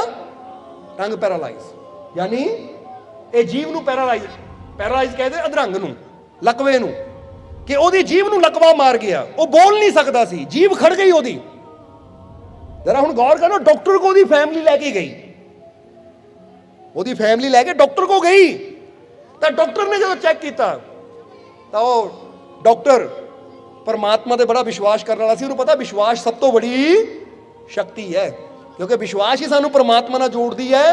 ਔਰ ਪਰਮਾਤਮਾ ਦੀ ਸ਼ਕਤੀ ਸਾਡੇ ਤੱਕ ਅਗਰ ਪਹੁੰਚਦੀ ਹੈ ਨਾ, ਤਾਂ ਉਹ ਜ਼ਰੀਆ ਬਣਦਾ ਹੈ, ਕਹਿ ਦਿਓ, ਵਿਸ਼ਵਾਸ। ਜਿੱਦਾਂ ਬੰਦਾ ਕਹਿੰਦਾ ਉਹਦੀ ਗੱਲ ਮੇਰੇ ਤੱਕ ਪਹੁੰਚਦੀ ਹੈ, ਜ਼ਰੀਆ ਬਣਦਾ ਮੋਬਾਈਲ। ਅਗਰ ਮੋਬਾਈਲ ਨੂੰ ਵਿੱਚੋਂ ਹਟਾਤਾ ਜਾਵੇ ਤਾਂ ਉਹਦੀ ਗੱਲ ਮੈਂ ਨਹੀਂ ਸੁਣ ਸਕਦਾ, ਮੇਰੀ ਗੱਲ ਉਹ ਨਹੀਂ ਸੁਣ ਸਕਦਾ, ਕਿਉਂਕਿ ਦੋ ਹੀ ਤਾਂ ਚੀਜ਼ਾਂ, ਜਾਂ ਤਾਂ ਸਾਹਮਣੇ ਹੋਈਏ, ਆਮਣੇ ਸਾਹਮਣੇ ਫੇਰ ਗੱਲਾਂ ਕਰੀਏ, ਤਾਂ ਜੇ ਅਸੀਂ ਦੂਰ ਹਾਂ ਤਾਂ ਫਿਰ ਜ਼ਰੀਆ ਮੋਬਾਈਲ, ਉਹ ਤੋਂ ਬਿਨਾਂ ਗੱਲ ਹੋ ਹੀ ਨਹੀਂ ਸਕਦੀ। ਇਸੇ ਤਰ੍ਹਾਂ ਜਾਂ ਤਾਂ ਮੈਡੀਟੇਸ਼ਨ ਕਰਕੇ ਇੰਨਾ ਉੱਚਾ ਪਹੁੰਚ ਜਾਓ ਕਿ ਤੁਹਾਨੂੰ ਆਪਣੇ ਅੰਦਰ ਝਲਕ ਮਿਲ ਜਾਵੇ ਕਿ ਉਹ ਹੈ, ਹੁਣ ਜ਼ਰੀਏ ਦੀ ਲੋੜ ਨਹੀਂ ਹੈ, ਤਾਂ ਜਾਂ ਫਿਰ ਗੁਰੂਆਂ ਰਹਿਬਰਾਂ ਨੂੰ ਜ਼ਰੀਆ ਬਣਾਉਣਾ ਪੈਂਦਾ, ਵਿਸ਼ਵਾਸ ਨੂੰ ਜ਼ਰੀਆ ਬਣਾਉਣਾ ਪੈਂਦਾ ਕਿ ਮੇਰੀ ਆਵਾਜ਼ ਉੱਥੇ ਤੱਕ ਪਹੁੰਚੇ। ਸਮਝਦੇ ਹੋ ਕਿ ਨਹੀਂ? ਹੁਣ ਕਿਹਾ ਜਾਂਦਾ ਕਿ ਉਹ ਡਾਕਟਰ ਨੇ ਕੀ ਕੀਤਾ, ਉਹ ਮਰੀਜ਼ ਨੂੰ, ਜਿਸ ਨੂੰ ਟੰਗ ਪੈਰਾਲਾਈਜ਼ ਹੋ ਗਿਆ ਸੀ, ਜੀਭ ਨੂੰ ਅਧਰੰਗ ਹੋ ਗਿਆ ਸੀ, ਉਹਨੂੰ ਨਾ ਡਾਕਟਰ ਕੋਲ ਲੈ ਕੇ ਗਏ। ਤਾਂ ਡਾਕਟਰ ਬੜਾ ਵਿਸ਼ਵਾਸ ਕਰਨ ਵਾਲਾ ਸੀ ਕਿ ਉਹਦੇ ਅੰਦਰ ਇਹ ਸੀ ਕਿ ਉਹਦੀ ਕਿਰਪਾ ਨਾਲ, ਗੋਡ ਦੇ ਉੱਤੇ ਇਨਸਾਨ ਵਿਸ਼ਵਾਸ ਕਰੇ ਤਾਂ ਸਭ ਕੁਝ ਹੋ ਜਾਂਦਾ ਹੈ। ਤਾਂ ਉਸ ਵੇਲੇ ਉਹਨਾਂ ਕੀ ਕੀਤਾ, ਜਦੋਂ ਮਰੀਜ਼ ਨੂੰ ਲੈ ਕੇ ਗਏ ਨਾ, ਇਹਨੂੰ ਪੈਰਾਲਾਈਜ਼ ਹੋ ਗਿਆ, ਜ਼ੁਬਾਨ ਨੂੰ ਅਧਰੰਗ ਹੋ ਗਿਆ, ਬੋਲ ਨਹੀਂ ਹੁੰਦਾ, ਤਾਂ ਡਾਕਟਰ ਨੇ ਥਰਮਾਮੀਟਰ ਕੱਢਿਆ। ਉਹਨੂੰ ਪਤਾ ਨਹੀਂ ਥਰਮਾਮੀਟਰ ਬੁਖਾਰ ਚੈੱਕ ਕਰਨ ਵਾਲਾ। ਉਹਨੇ ਉਸ ਲਈ ਕੀ ਕਿਹਾ, ਕਹਿੰਦੇ ਇੱਕ ਨਵੀਂ ਤਕਨੀਕ ਆਈ ਹੈ ਮੈਡੀਕਲ ਸਾਇੰਸ ਦੇ ਅੰਦਰ ਕਿ ਆਹ ਜਿਹੜੀ ਚੀਜ਼ ਹੈ ਨਾ, ਇਹ ਜਿਹਨੂੰ ਵੀ ਇਹ ਪੈਰਾਲਾਈਜ਼ ਹੋ ਜਾਂਦਾ ਹੈ, ਇਹ ਉਹਦੀ ਜੀਭ ਥੱਲੇ ਰੱਖ ਦਿਓ ਤਾਂ ਆਟੋਮੈਟਿਕਲੀ ਉਹਦੀ ਜੀਭ ਨੂੰ ਠੀਕ ਕਰ ਦਿੰਦਾ ਹੈ। ਮਰੀਜ਼ ਦੇ ਅੰਦਰ ਕੀ ਪਾਇਆ ਕਿ ਇਹ ਨਵੀਂ ਮਸ਼ੀਨ ਹੈ, ਇੱਕ ਜਿੱਦਾਂ ਹੁੰਦਾ ਨਾ ECG ਦੀ ਮਸ਼ੀਨ, ਸਕੈਨਿੰਗ ਦੀ ਮਸ਼ੀਨ, ਐਕਸਰੇ ਜਿੱਦਾਂ ਇਦਾਂ ਆਈਆਂ, ਇਹਦੇ ਕਹਿੰਦੇ ਨਵਾਂ ਆਇਆ, ਇਹ ਸਪੈਸ਼ਲ ਇਹਦੇ ਵਾਸਤੇ ਹੈ, ਔਰ ਦੇਖੀ 10 ਮਿੰਟ ਰੱਖਣ ਨਾਲ ਤੂੰ ਠੀਕ ਹੋ ਜਾਣਾ ਹੈ। ਤਾਂ ਕਹਿੰਦੇ ਉਹਦੇ ਬਾਅਦ ਜੀਭ ਚੱਕ ਕੇ ਉਹਨਾਂ, ਕਿਉਂਕਿ ਜੀਭ ਹਿਲਦੀ ਨਹੀਂ ਸੀ, ਚੱਕ ਕੇ ਉਹਦੀ ਜੀਭ ਦੇ ਥੱਲੇ ਰੱਖ ਕੇ ਉਹਨੂੰ ਮੂੰਹ ਬੰਦ ਕਰਾ ਦਿੱਤਾ। ਉਹ ਟਾਈਮ ਕੀਤਾ, ਹੋ ਰਿਹਾ ਹੈ, ਹੋ ਰਿਹਾ ਹੈ, ਹੋ ਰਿਹਾ 10 ਮਿੰਟ। ਤਾਂ ਕਹਿੰਦੇ 50% ਮਰੀਜ਼ ਨੂੰ 10 ਮਿੰਟਾਂ 'ਚ ਹੀ ਆਰਾਮ ਆ ਗਿਆ, ਥੋੜਾ ਥੋੜਾ ਬੋਲਣ ਲੱਗ ਪਿਆ ਹਕਲਾ ਕੇ। ਉਹ ਕਹਿੰਦੇ ਬਸ 3 ਵਾਰ ਟ੍ਰੀਟਮੈਂਟ ਦੇਣੀ ਹੈ, ਤੂੰ 3 ਵਾਰ ਠੀਕ ਹੋ। ਵਾਕਿਆ ਹੀ ਉਹ ਜੋਸਫ ਮਰਫੀ ਰਾਈਟਰ ਲਿਖਦਾ 3 ਵਾਰ ਡਾਕਟਰ ਨੇ 10-10 ਮਿੰਟ ਰੱਖਿਆ ਤਾਂ ਬੋਲਣ ਲੱਗ ਪਿਆ ਦੁਬਾਰਾ। ਜਰਾ ਹੁਣ ਗੌਰ ਕਰਨਾ, ਹਾਲਾਂਕਿ ਉਹ ਕੀ ਸੀ ਉਹ। ਜੇ ਹੁਣ ਤੁਹਾਨੂੰ ਵੀ ਕੋਈ ਕਹਿ ਦੇਵੇ ਉਹ ਆ ਥਰਮਾਮੀਟਰ ਨਾ ਜੀਭ ਥੱਲੇ ਰੱਖਣ ਨਾਲ ਬੁਖਾਰ ਚਲਾ ਜਾਂਦਾ ਹੈ, ਜੇ ਪਤਾ ਹੀ ਨਾ ਹੋਵੇ ਕੰਮ ਕੀ ਕਰਦਾ ਹੈ, ਤੁਸੀਂ ਸੋਚਣਾ ਰੱਖ ਲਿਆ, ਹਾਂ ਹੁਣ ਜਾ ਰਿਹਾ ਹੋ ਗਿਆ ਠੀਕ ਮੈਂ। ਕਿਉਂਕਿ ਦਵਾਈ ਘੱਟ ਤਾਂ ਬੰਦੇ ਦਾ ਵਿਸ਼ਵਾਸ ਜ਼ਿਆਦਾ ਬੰਦੇ ਨੂੰ ਜਲਦੀ ਠੀਕ ਕਰਦਾ ਹੈ। ਹੁਣ ਅਸੀਂ ਇੱਥੇ ਦੱਸਣਾ ਚਾਹੁੰਦੇ ਕਿ ਰਾਈਟਰ ਲਿਖਦਾ ਹੈ ਕਿ ਜੇ ਇੱਕ ਡਾਕਟਰ ਉਸ ਮਰੀਜ਼ ਅੰਦਰ ਥਰਮਾਮੀਟਰ ਤੇ ਵਿਸ਼ਵਾਸ ਪੈਦਾ ਕਰਕੇ ਕਿ ਠੀਕ ਕਰਨ ਵਾਲੀ ਮਸ਼ੀਨ ਹੈ ਭਾਈ, ਹਾਲਾਂਕਿ ਥਰਮਾਮੀਟਰ 'ਚ ਕੁਝ ਵੀ ਨਹੀਂ ਹੈ, ਕੋਈ ਠੀਕ ਕਰਨ ਵਾਲਾ ਗੁਣ ਨਹੀਂ ਹੈ ਉਹਦੇ ਅੰਦਰ, ਪਰ ਜੇ ਇੱਕ ਡਾਕਟਰ ਮਰੀਜ਼ ਨੂੰ ਕਹਿੰਦਾ ਹੈ ਕਿ ਇਹ ਮਸ਼ੀਨ ਹੈ, ਥਰਮਾਮੀਟਰ ਨੂੰ ਠੀਕ ਕਰਨ ਵਾਲੀ ਤਾਕਤ ਇਹਦੇ ਅੰਦਰ ਹੈ, ਉਹ ਉੱਤੇ ਯਕੀਨ ਕਰਕੇ 30 ਮਿੰਟਾਂ 'ਚ ਠੀਕ ਹੋ ਸਕਦਾ ਹੈ, ਤਾਂ ਪਿਆਰਿਆ ਤੂੰ ਤਾਂ ਉਹ ਸ਼ਕਤੀ ਤੇ ਯਕੀਨ ਕਰਨਾ ਜੋ ਕਰ ਹੀ ਸਭ ਕੁਝ ਰਹੀ ਹੈ, ਉਹ ਪ੍ਰਮਾਤਮਾ ਤੇ ਯਕੀਨ ਕਰਨਾ ਹੈ ਜੋ ਚਲਾ ਰਿਹਾ ਸਾਰੀ ਦੁਨੀਆ ਨੂੰ। ਕਿਉਂਕਿ ਥਰਮਾਮੀਟਰ ਤਾਂ ਬੇਜਾਨ ਕੁਝ ਨਹੀਂ ਕਰਦਾ, ਪਰ ਸਾਡਾ ਮਾਲਿਕ ਤਾਂ ਉਹ ਪ੍ਰਮਾਤਮਾ ਪ੍ਰਭੂ ਤਾਂ ਸਭ ਨੂੰ ਚਲਾ ਰਿਹਾ ਹੈ, ਸਭ ਨੂੰ ਜੀਵਨ ਦੇ ਰਿਹਾ, ਉਹ ਤਾਂ ਹੈ ਹੀ ਸ਼ਕਤੀਸ਼ਾਲੀ। ਜੇ ਥਰਮਾਮੀਟਰ ਤੇ ਯਕੀਨ ਨਾਲ ਮਰੀਜ਼ ਠੀਕ ਹੋ ਸਕਦਾ ਤਾਂ ਆਪਣੇ ਰੱਬ ਤੇ ਯਕੀਨ ਨਾਲ ਤੈਨੂੰ ਕੀ ਨਹੀਂ ਮਿਲ ਸਕਦਾ। ਬੋਲੋ ਸਮਝਦੇ ਹੋ ਕਿ ਨਹੀਂ? ਇਸ ਲਈ ਅੱਜ ਤੋਂ ਕੀ ਕਰਨਾ ਹੈ, ਹਰ ਮੁਸ਼ਕਿਲ ਦਾ ਹੱਲ ਹੋ ਜਾਂਦਾ ਜਦੋਂ ਅਸੀਂ ਆਪਣੇ ਮਾਲਿਕ ਤੇ ਵਿਸ਼ਵਾਸ ਕਰਨਾ ਸ਼ੁਰੂ ਕਰ ਦਿੰਦੇ, ਆਪਣੇ ਮਾਲਿਕ ਤੇ ਭਰੋਸਾ ਰੱਖਣਾ ਸ਼ੁਰੂ ਕਰ ਦਿੰਦੇ ਆ ਕਿ ਮੇਰੇ ਹਰ ਦੁੱਖ ਦਾ ਅੰਤ ਹੋਏਗਾ, ਮੇਰੀ ਹਰ ਪਰੇਸ਼ਾਨੀ ਦਾ ਹੱਲ ਹੋਏਗਾ, ਕਿਉਂਕਿ ਮੇਰਾ ਮਾਲਿਕ ਮੇਰੇ। ਇਸ ਲਈ ਆਪਣੇ ਆਪ ਨੂੰ ਕਮਜ਼ੋਰ ਸਮਝਣਾ ਅੱਜ ਤੋਂ ਬੰਦ ਕਰ ਦਿਓ, ਕਿਉਂਕਿ ਫਿਰ ਕਹਾਂਗੇ ਕਿ ਆਪਣੇ ਆਪ ਨੂੰ ਕਮਜ਼ੋਰ ਸਮਝਣਾ ਸਭ ਤੋਂ ਬੜਾ ਪਾਪ ਹੈ। ਵਿਵੇਕਾਨੰਦ ਵੀ ਕਹਿੰਦੇ ਆ ਕਿ ਸਭ ਤੋਂ ਬੜਾ ਪਾਪ ਹੈ ਆਪਣੇ ਆਪ ਨੂੰ ਕਮਜ਼ੋਰ ਸਮਝਣਾ। ਹੁਣ ਅਸੀਂ ਕਹਾਂਗੇ ਕਿਉਂ ਪਾਪ ਹੈ? ਕਿਉਂਕਿ ਜਦੋਂ ਅਸੀਂ ਆਪਣੇ ਆਪ ਨੂੰ ਕਮਜ਼ੋਰ ਸਮਝਦੇ ਹਾਂ ਤੇ ਅਸੀਂ ਆਪਣੇ ਅੰਦਰ ਬੈਠੇ ਪਰਮਾਤਮਾ ਨੂੰ ਕਮਜ਼ੋਰ ਕਰ ਦਿੰਦੇ ਹਾਂ। ਔਰ ਜਦੋਂ ਕਿਸੇ ਸ਼ਕਤੀਸ਼ਾਲੀ ਨੂੰ ਕਮਜ਼ੋਰ ਕਹਿਣਾ ਹੈ, ਹੁਣ ਤੁਸੀਂ ਕਹਿ ਦਿਓ ਕਿਸੇ ਅਫਸਰ ਨੂੰ, ਫਰਜ਼ ਕਰੋ ਥਾਣੇ ਜਾ ਕੇ SHO ਬੈਠਾ ਨਾ ਆਪਣੀ ਕੁਰਸੀ ਤੇ, ਲੈ ਉਹ ਤਾਂ ਨਿੱਕਾ ਜਿਹਾ ਮਾਮੂਲੀ ਆ ਬੰਦਾ ਹੈ, ਫਿਰ ਦੇਖੋ ਕੀ ਬਣਦਾ ਤੁਹਾਡਾ। ਨਾ ਵੀ ਕੋਈ ਚਾਰਜ ਹੋਇਆ ਨਾ, ਚਾਰਜ ਲਾ ਕੇ ਚੱਕ ਕੇ ਕਰ ਦੇਣਾ ਬੰਦ, ਕਿਹੜਾ ਪਾਓ ਇਹਦੇ ਸਿਰ ਕੋਈ ਕੇਸ ਹੈ? ਮੈਨੂੰ ਕਮਜ਼ੋਰ ਸਮਝਦਾ, ਦੱਸਾਂ ਇਹਨੂੰ ਮੇਰੀ ਤਾਕਤ ਕੀ ਹੈ। ਕਿਉਂਕਿ ਕਿਸੇ ਸ਼ਕਤੀਸ਼ਾਲੀ ਨੂੰ ਕਮਜ਼ੋਰ ਸਮਝਣਾ ਉਹਦਾ ਅਪਮਾਨ ਹੈ ਜਾਂ ਨਹੀਂ? ਜਵਾਬ ਦੇਣਾ ਸਾਨੂੰ। ਜਦੋਂ ਅਸੀਂ ਕਿਸੇ ਸ਼ਕਤੀਸ਼ਾਲੀ ਨੂੰ ਕਮਜ਼ੋਰ ਕਹਿੰਦੇ ਆ ਤਾਂ ਅਸੀਂ ਉਹਦੀ ਬੇਇੱਜ਼ਤੀ ਕਰਦੇ ਆ। ਤਾਂ ਜ਼ਰਾ ਸੋਚੋ, ਸਰਵ ਸ਼ਕਤੀਸ਼ਾਲੀ ਪਰਮਾਤਮਾ ਜੋ ਸਾਡੇ ਅੰਦਰ ਬੈਠਾ ਹੈ, ਜੋ ਅਸੰਭਵ ਨੂੰ ਸੰਭਵ ਕਰਨ ਦੀ ਸ਼ਕਤੀ ਰੱਖਦਾ ਹੈ, ਤੁਹਾਡੇ ਸਭ ਦੇ ਅੰਦਰ ਉਹ ਤਾਕਤ ਬੈਠੀ ਹੈ। ਜਦੋਂ ਤੁਸੀਂ ਆਪਣੇ ਆਪ ਨੂੰ ਕਹਿੰਦੇ ਹੋ ਮੈਂ ਕਮਜ਼ੋਰ, ਮੈਂ ਇਦਾਂ, ਮੈਂ ਉਦਾਂ, ਤੁਸੀਂ ਮੁਸੀਬਤਾਂ ਤੋਂ, ਪਰੇਸ਼ਾਨੀਆਂ ਤੋਂ, ਤਕਲੀਫਾਂ ਤੋਂ ਹਾਰ ਮੰਨ ਕੇ ਬਹਿ ਜਾਂਦੇ ਹੋ, ਤਾਂ ਇਹ ਅਪਮਾਨ ਕਿਹਦਾ ਕਰ ਰਹੇ ਹੋ? ਆਪਣੇ ਅੰਦਰ ਬੈਠੀ ਉਹ ਤਾਕਤ ਦਾ ਜੋ ਕਿ ਸਰਵ ਸ਼ਕਤੀਸ਼ਾਲੀ ਹੈ। ਇਸ ਲਈ ਆਪਣੇ ਰੱਬ ਦਾ ਅਪਮਾਨ ਨਾ ਕਰੋ, ਆਪਣੇ ਆਪ ਤੇ ਯਕੀਨ ਕਰੋ, ਆਪਣੇ ਆਪ ਤੇ ਬਲੀਵ ਕਰੋ, ਵਿਸ਼ਵਾਸ ਕਰਨਾ ਸ਼ੁਰੂ ਕਰੋ ਕਿ ਮੇਰੇ ਅੰਦਰ ਸਭ ਤੋਂ ਬੜੀ ਸ਼ਕਤੀ ਬੈਠੀ ਹੈ, ਔਰ ਜੇ ਉਹ ਮੇਰੇ ਅੰਦਰ ਹੈ ਤਾਂ ਮੈਂ ਕਮਜ਼ੋਰ ਨਹੀਂ ਹਾਂ। ਮੈਂ ਹਰ ਮੁਸ਼ਕਿਲ ਦਾ ਸਾਹਮਣਾ ਕਰਨ ਨੂੰ ਤਿਆਰ ਹਾਂ, ਹਰ ਪਰੇਸ਼ਾਨੀ ਦਾ ਸਾਹਮਣਾ ਕਰਨ ਨੂੰ ਤਿਆਰ ਹਾਂ। ਕਿਉਂਕਿ ਫਿਰ ਇੱਥੇ ਕਵਾਂਗੇ ਕਿ ਜਿੱਦਾਂ ਦੱਸੇ ਨਾ, ਅੱਗ 'ਚ ਪੈ ਕੇ ਹੀ ਸੋਨਾ ਨਿਖਰਦਾ ਹੈ। ਇਸ ਲਈ ਆਂਧੀਆਂ ਵੀ ਆਣ ਨਾ, ਤੂਫਾਨ ਵੀ ਆਣ, ਤਾਂ ਡਰਨ ਦੀ ਲੋੜ ਨਹੀਂ ਹੈ, ਕਿਉਂਕਿ ਤੂਫਾਨਾਂ ਨੂੰ ਪੈਦਾ ਕਰਨ ਵਾਲਾ ਉਹ ਤਾਂ ਤੁਹਾਡੇ ਅੰਦਰ ਬੈਠਾ ਹੈ, ਔਰ ਜਿਹਨੇ ਪੈਦਾ ਕੀਤਾ ਫਿਰ ਉਹ ਜ਼ਿਆਦਾ ਸ਼ਕਤੀਸ਼ਾਲੀ ਹੈ। ਫਿਰ ਤੂਫਾਨ ਹਨੇਰੀਆਂ ਤੁਹਾਡਾ ਕੀ ਵਿਗਾੜ ਸਕਦੀਆਂ ਹੈ? ਕਈ ਵਾਰ ਬੰਦਾ ਕਹਿੰਦਾ ਗ੍ਰਹਿ ਨਾ ਮੇਰਾ ਕੁਝ ਵਿਗਾੜ ਦੇਣ, ਉਹ ਗ੍ਰਹਿਾਂ ਨੂੰ ਬਣਾਉਣ ਵਾਲੀ ਸ਼ਕਤੀ ਤੇਰੇ ਅੰਦਰ ਹੈ, ਤੂੰ ਗ੍ਰਹਿਾਂ ਤੋਂ ਡਰੀ ਜਾਂਦਾ ਹੈ। ਸਮਝਦੇ ਹੋ? ਉੱਤੇ ਯਕੀਨ ਕਰਨਾ ਸ਼ੁਰੂ ਕਰ ਕਿ ਸਭ ਤੋਂ ਬੜਾ ਸ਼ਕਤੀਸ਼ਾਲੀ ਪਰਮਾਤਮਾ ਮੇਰੇ ਅੰਦਰ ਹੈ, ਔਰ ਜਿਸ ਨੇ ਸਾਰੇ ਸੰਸਾਰ ਨੂੰ ਬਣਾਇਆ ਹੈ, ਤਾਂ ਪੂਰੀ ਦੁਨੀਆ ਵੀ ਮੇਰਾ ਮਿਲ ਕੇ ਕੁਝ ਬੁਰਾ ਨਹੀਂ ਕਰ ਸਕਦੀ, ਕਿਉਂਕਿ ਦੁਨੀਆ ਨੂੰ ਬਣਾਉਣ ਵਾਲੀ ਸ਼ਕਤੀ ਤਾਂ ਮੇਰੇ ਅੰਦਰ ਬੈਠੀ ਹੈ। ਤਾਂ ਹੀ ਤਾਂ ਅਸੀਂ ਇੱਕ ਗੱਲ ਕਹੀ ਦੀ ਹੈ कि मैं अपना अंदाज सबसे जुदा रखता हूं, लोग ढूंढते हैं मंदिर मस्जिद में, मैं अपने दिल में खुदा रखता हूं। ਤੇ ਲੋਕੀ ਮੰਦਰਾਂ ਮਸਜਿਦਾਂ 'ਚ ਲੱਭਦੇ ਆ ਤਾਂ ਪ੍ਰਮਾਤਮਾ ਤਾਂ ਸਾਡੇ ਅੰਦਰ ਹੈ। ਜਦੋਂ ਇੱਥੋਂ ਝਲਕ ਮਿਲ ਜਾਂਦੀ ਹੈ ਨਾ ਤਾਂ ਬੰਦੇ ਨੂੰ ਪਤਾ ਲੱਗ ਜਾਂਦਾ ਹੈ ਮੈਂ ਕਮਜ਼ੋਰ ਨਹੀਂ ਹਾਂ। ਇਸ ਲਈ ਅੱਜ ਤੋਂ ਆਪਣੇ ਆਪ ਨੂੰ ਕਮਜ਼ੋਰ ਨਹੀਂ ਸਮਝਣਾ, ਤੁਸੀਂ ਸ਼ਕਤੀਸ਼ਾਲੀ ਹੋ, ਕਿਉਂਕਿ ਸ਼ਕਤੀਸ਼ਾਲੀ ਪ੍ਰਮਾਤਮਾ ਤੁਹਾਡੇ ਅੰਦਰ ਹੈ। ਮਿਹਨਤ ਕਰੋ, ਅੱਛੇ ਬਣੋ, ਮੈਡੀਟੇਸ਼ਨ ਕਰੋ, ਧਿਆਨ ਨਾਲ ਜੁੜੋ ਤਾਂ ਕਿ ਤੁਸੀਂ ਆਪਣੀਆਂ ਸ਼ਕਤੀਆਂ ਨੂੰ ਜਾਣ ਸਕੋ ਔਰ ਉਹਨਾਂ ਸ਼ਕਤੀਆਂ ਦਾ ਪੂਰਾ ਲਾਭ ਲੈ ਸਕੋ। ਕਿਉਂਕਿ ਗੱਡੀ ਚਲਾਉਣ ਦਾ ਲਾਭ ਲੈਣਾ ਤਾਂ ਗੱਡੀ ਸਿੱਖੋ, ਇਸੇ ਤਰ੍ਹਾਂ ਮੈਡੀਟੇਸ਼ਨ ਦਾ ਲਾਭ ਲੈਣਾ ਤਾਂ ਮੈਡੀਟੇਸ਼ਨ ਸਿੱਖੋ, ਜਾਣੋਗੇ ਉਹ ਸ਼ਕਤੀਆਂ ਤੱਕ ਕਿੱਦਾਂ ਪਹੁੰਚਿਆ ਜਾਂਦਾ ਹੈ, ਫਿਰ ਅਸੀਂ ਪੂਰਾ ਲਾਭ ਉਹਦਾ ਲੈ ਸਕਦੇ ਹਾਂ। ਇਸ ਲਈ ਅੱਜ ਤੋਂ ਆਪਣੇ ਮਾਲਿਕ ਤੇ ਵਿਸ਼ਵਾਸ ਰੱਖੋ, ਕਿਉਂਕਿ ਹਰ ਮੁਸ਼ਕਿਲ ਚੋਂ ਕੱਢਣ ਦੀ ਸ਼ਕਤੀ ਉਹ ਮਾਲਿਕ ਦੇ ਅੰਦਰ ਹੈ। ਬੋਲੋ ਸਮਝਦੇ ਹੋ ਕਿ ਨਹੀਂ? ਇਸ ਲਈ ਆਖਰਲੇ ਵਚਨਾਂ 'ਚ ਕਹਿਣਾ ਹੈ ਕਿ ਮੈਨੂੰ ਆਪਣੇ ਮਾਲਿਕ ਤੇ ਪੂਰਾ, ਮੈਨੂੰ ਆਪਣੇ ਮਾਲਿਕ ਤੇ ਪੂਰਾ, ਮੈਨੂੰ ਆਪਣੇ ਮਾਲਿਕ ਤੇ ਪੂਰਾ, ਮੇਰੀਆਂ ਝੋਲੀਆਂ ਖੁਸ਼ੀਆਂ ਨਾਲ, ਮੇਰੀਆਂ ਝੋਲੀਆਂ ਖੁਸ਼ੀਆਂ ਨਾਲ, ਮੇਰੀਆਂ ਝੋਲੀਆਂ ਖੁਸ਼ੀਆਂ ਨਾਲ, ਮੇਰੇ ਸਾਰੇ ਦੁੱਖ ਦੂਰ, ਮੇਰੇ ਸਾਰੇ ਦੁੱਖ ਦੂਰ, ਮੇਰੇ ਸਾਰੇ ਦੁੱਖ ਦੂਰ, ਮੇਰਾ ਮਾਲਿਕ ਮੇਰੇ, ਮੇਰਾ ਮਾਲਿਕ ਮੇਰੇ, ਮੇਰਾ ਮਾਲਿਕ ਮੇਰੇ। ਵਿਸ਼ਵਾਸ ਨਾ ਕਿਹਾ ਨਾ, ਅੱਜ ਤੋਂ ਸਾਰੇ ਡਰ ਛੱਡੋ, ਮਾਲਿਕ ਨਾਲ ਹੈ, ਝੋਲੀਆਂ ਖੁਸ਼ੀਆਂ ਨਾਲ ਵੀ ਭਰਨਗੀਆਂ, ਦੁੱਖ ਵੀ ਜ਼ਰੂਰ ਦੂਰ ਹੋਣਗੇ, ਜ਼ਿੰਦਗੀ 'ਚ ਕਾਮਯਾਬੀ ਵੀ ਜ਼ਰੂਰ ਮਿਲੇਗੀ। ਇਹ ਵਿਸ਼ਵਾਸ ਰੱਖੋ ਆਪਣੇ ਅੰਦਰ। ਔਰ ਹੁਣ ਇਹਨਾਂ ਵਚਨਾਂ ਦੇ ਨਾਲ ਹੀ ਅਸੀਂ ਅੱਜ ਦੇ ਸਤਸੰਗ ਦੀ ਸਮਾਪਤੀ ਕਰਾਂਗੇ। ਹੁਣ ਅੰਤ ਵਿੱਚ ਇਹੀ ਉਸ ਮਾਲਿਕ ਦੇ ਚਰਨਾਂ 'ਚ ਅਰਦਾਸ ਬੇਨਤੀ ਕਰਾਂਗੇ ਕਿ ਮਾਲਿਕ ਤੁਹਾਨੂੰ ਸਭ ਨੂੰ ਨਾਮ ਨਾਲ ਜੁੜਨ ਦੀ ਤਾਕਤ ਦੇਣ, ਨਾਮ ਜਪਣ ਦੀ ਤਾਕਤ ਦੇਣ, ਸੇਵਾ ਸਿਮਰਨ ਕਰਨ ਦਾ, ਨੇਕ ਮਾਰਗ ਤੇ ਚੱਲਣ ਦਾ ਮਾਲਿਕ ਤੁਹਾਨੂੰ ਬਲ ਬਖਸ਼ਣ ਔਰ ਤੁਹਾਡੀਆਂ ਤਕਲੀਫਾਂ, ਦੁੱਖਾਂ, ਦਰਦਾਂ, ਪਰੇਸ਼ਾਨੀਆਂ ਨੂੰ ਮਾਲਿਕ ਦੂਰ ਕਰਨ ਔਰ ਆਉਣ ਵਾਲਾ ਸਮਾਂ ਤੁਹਾਡੇ ਸਭ ਦੇ ਵਾਸਤੇ ਕਾਮਯਾਬੀ, ਸਫਲਤਾ, ਖੁਸ਼ੀਆਂ ਭਰਿਆ ਹੋਵੇ ਔਰ ਤੁਹਾਡੀ ਦਿਲ ਦੀ ਡੋਰ, ਦਿਲ ਦੀ ਤਾਰ ਉਸ ਮਾਲਿਕ ਨਾਲ ਜੁੜ ਜਾਵੇ ਤਾਂ ਕਿ ਤੁਹਾਡੇ ਜੀਵਨ ਦੀ ਜਿਹੜੀ ਗੁੱਡੀ ਹੈ ਉਹ ਸਦਾ ਚੜੀ ਰਵੇ ਔਰ ਆਉਣ ਵਾਲਾ ਸਮਾਂ ਤੁਹਾਡੇ ਸਭ ਦੇ ਵਾਸਤੇ ਖੁਸ਼ੀਆਂ, ਕਾਮਯਾਬੀ, ਸਫਲਤਾ ਭਰਿਆ ਹੋਵੇ। ਇਹੀ ਸਾਡੀ ਉਸ ਮਾਲਿਕ ਦੇ ਚਰਨਾਂ 'ਚ ਅਰਦਾਸ ਬੇਨਤੀ ਹੈ। ਔਰ ਹੁਣ ਅੰਤ ਵਿੱਚ ਤੁਹਾਡੇ ਸਭ ਦੇ ਅੰਦਰ ਵਾਸਤੇ ਉਸ ਮਾਲਿਕ ਨੂੰ ਅਸੀਂ ਪ੍ਰਣਾਮ ਕਰਦੇ ਹਾਂ। ਸਾਡਾ ਪ੍ਰਣਾਮ ਸਵੀਕਾਰ ਕਰੋ। ਜੈ ਮਾਲਕ।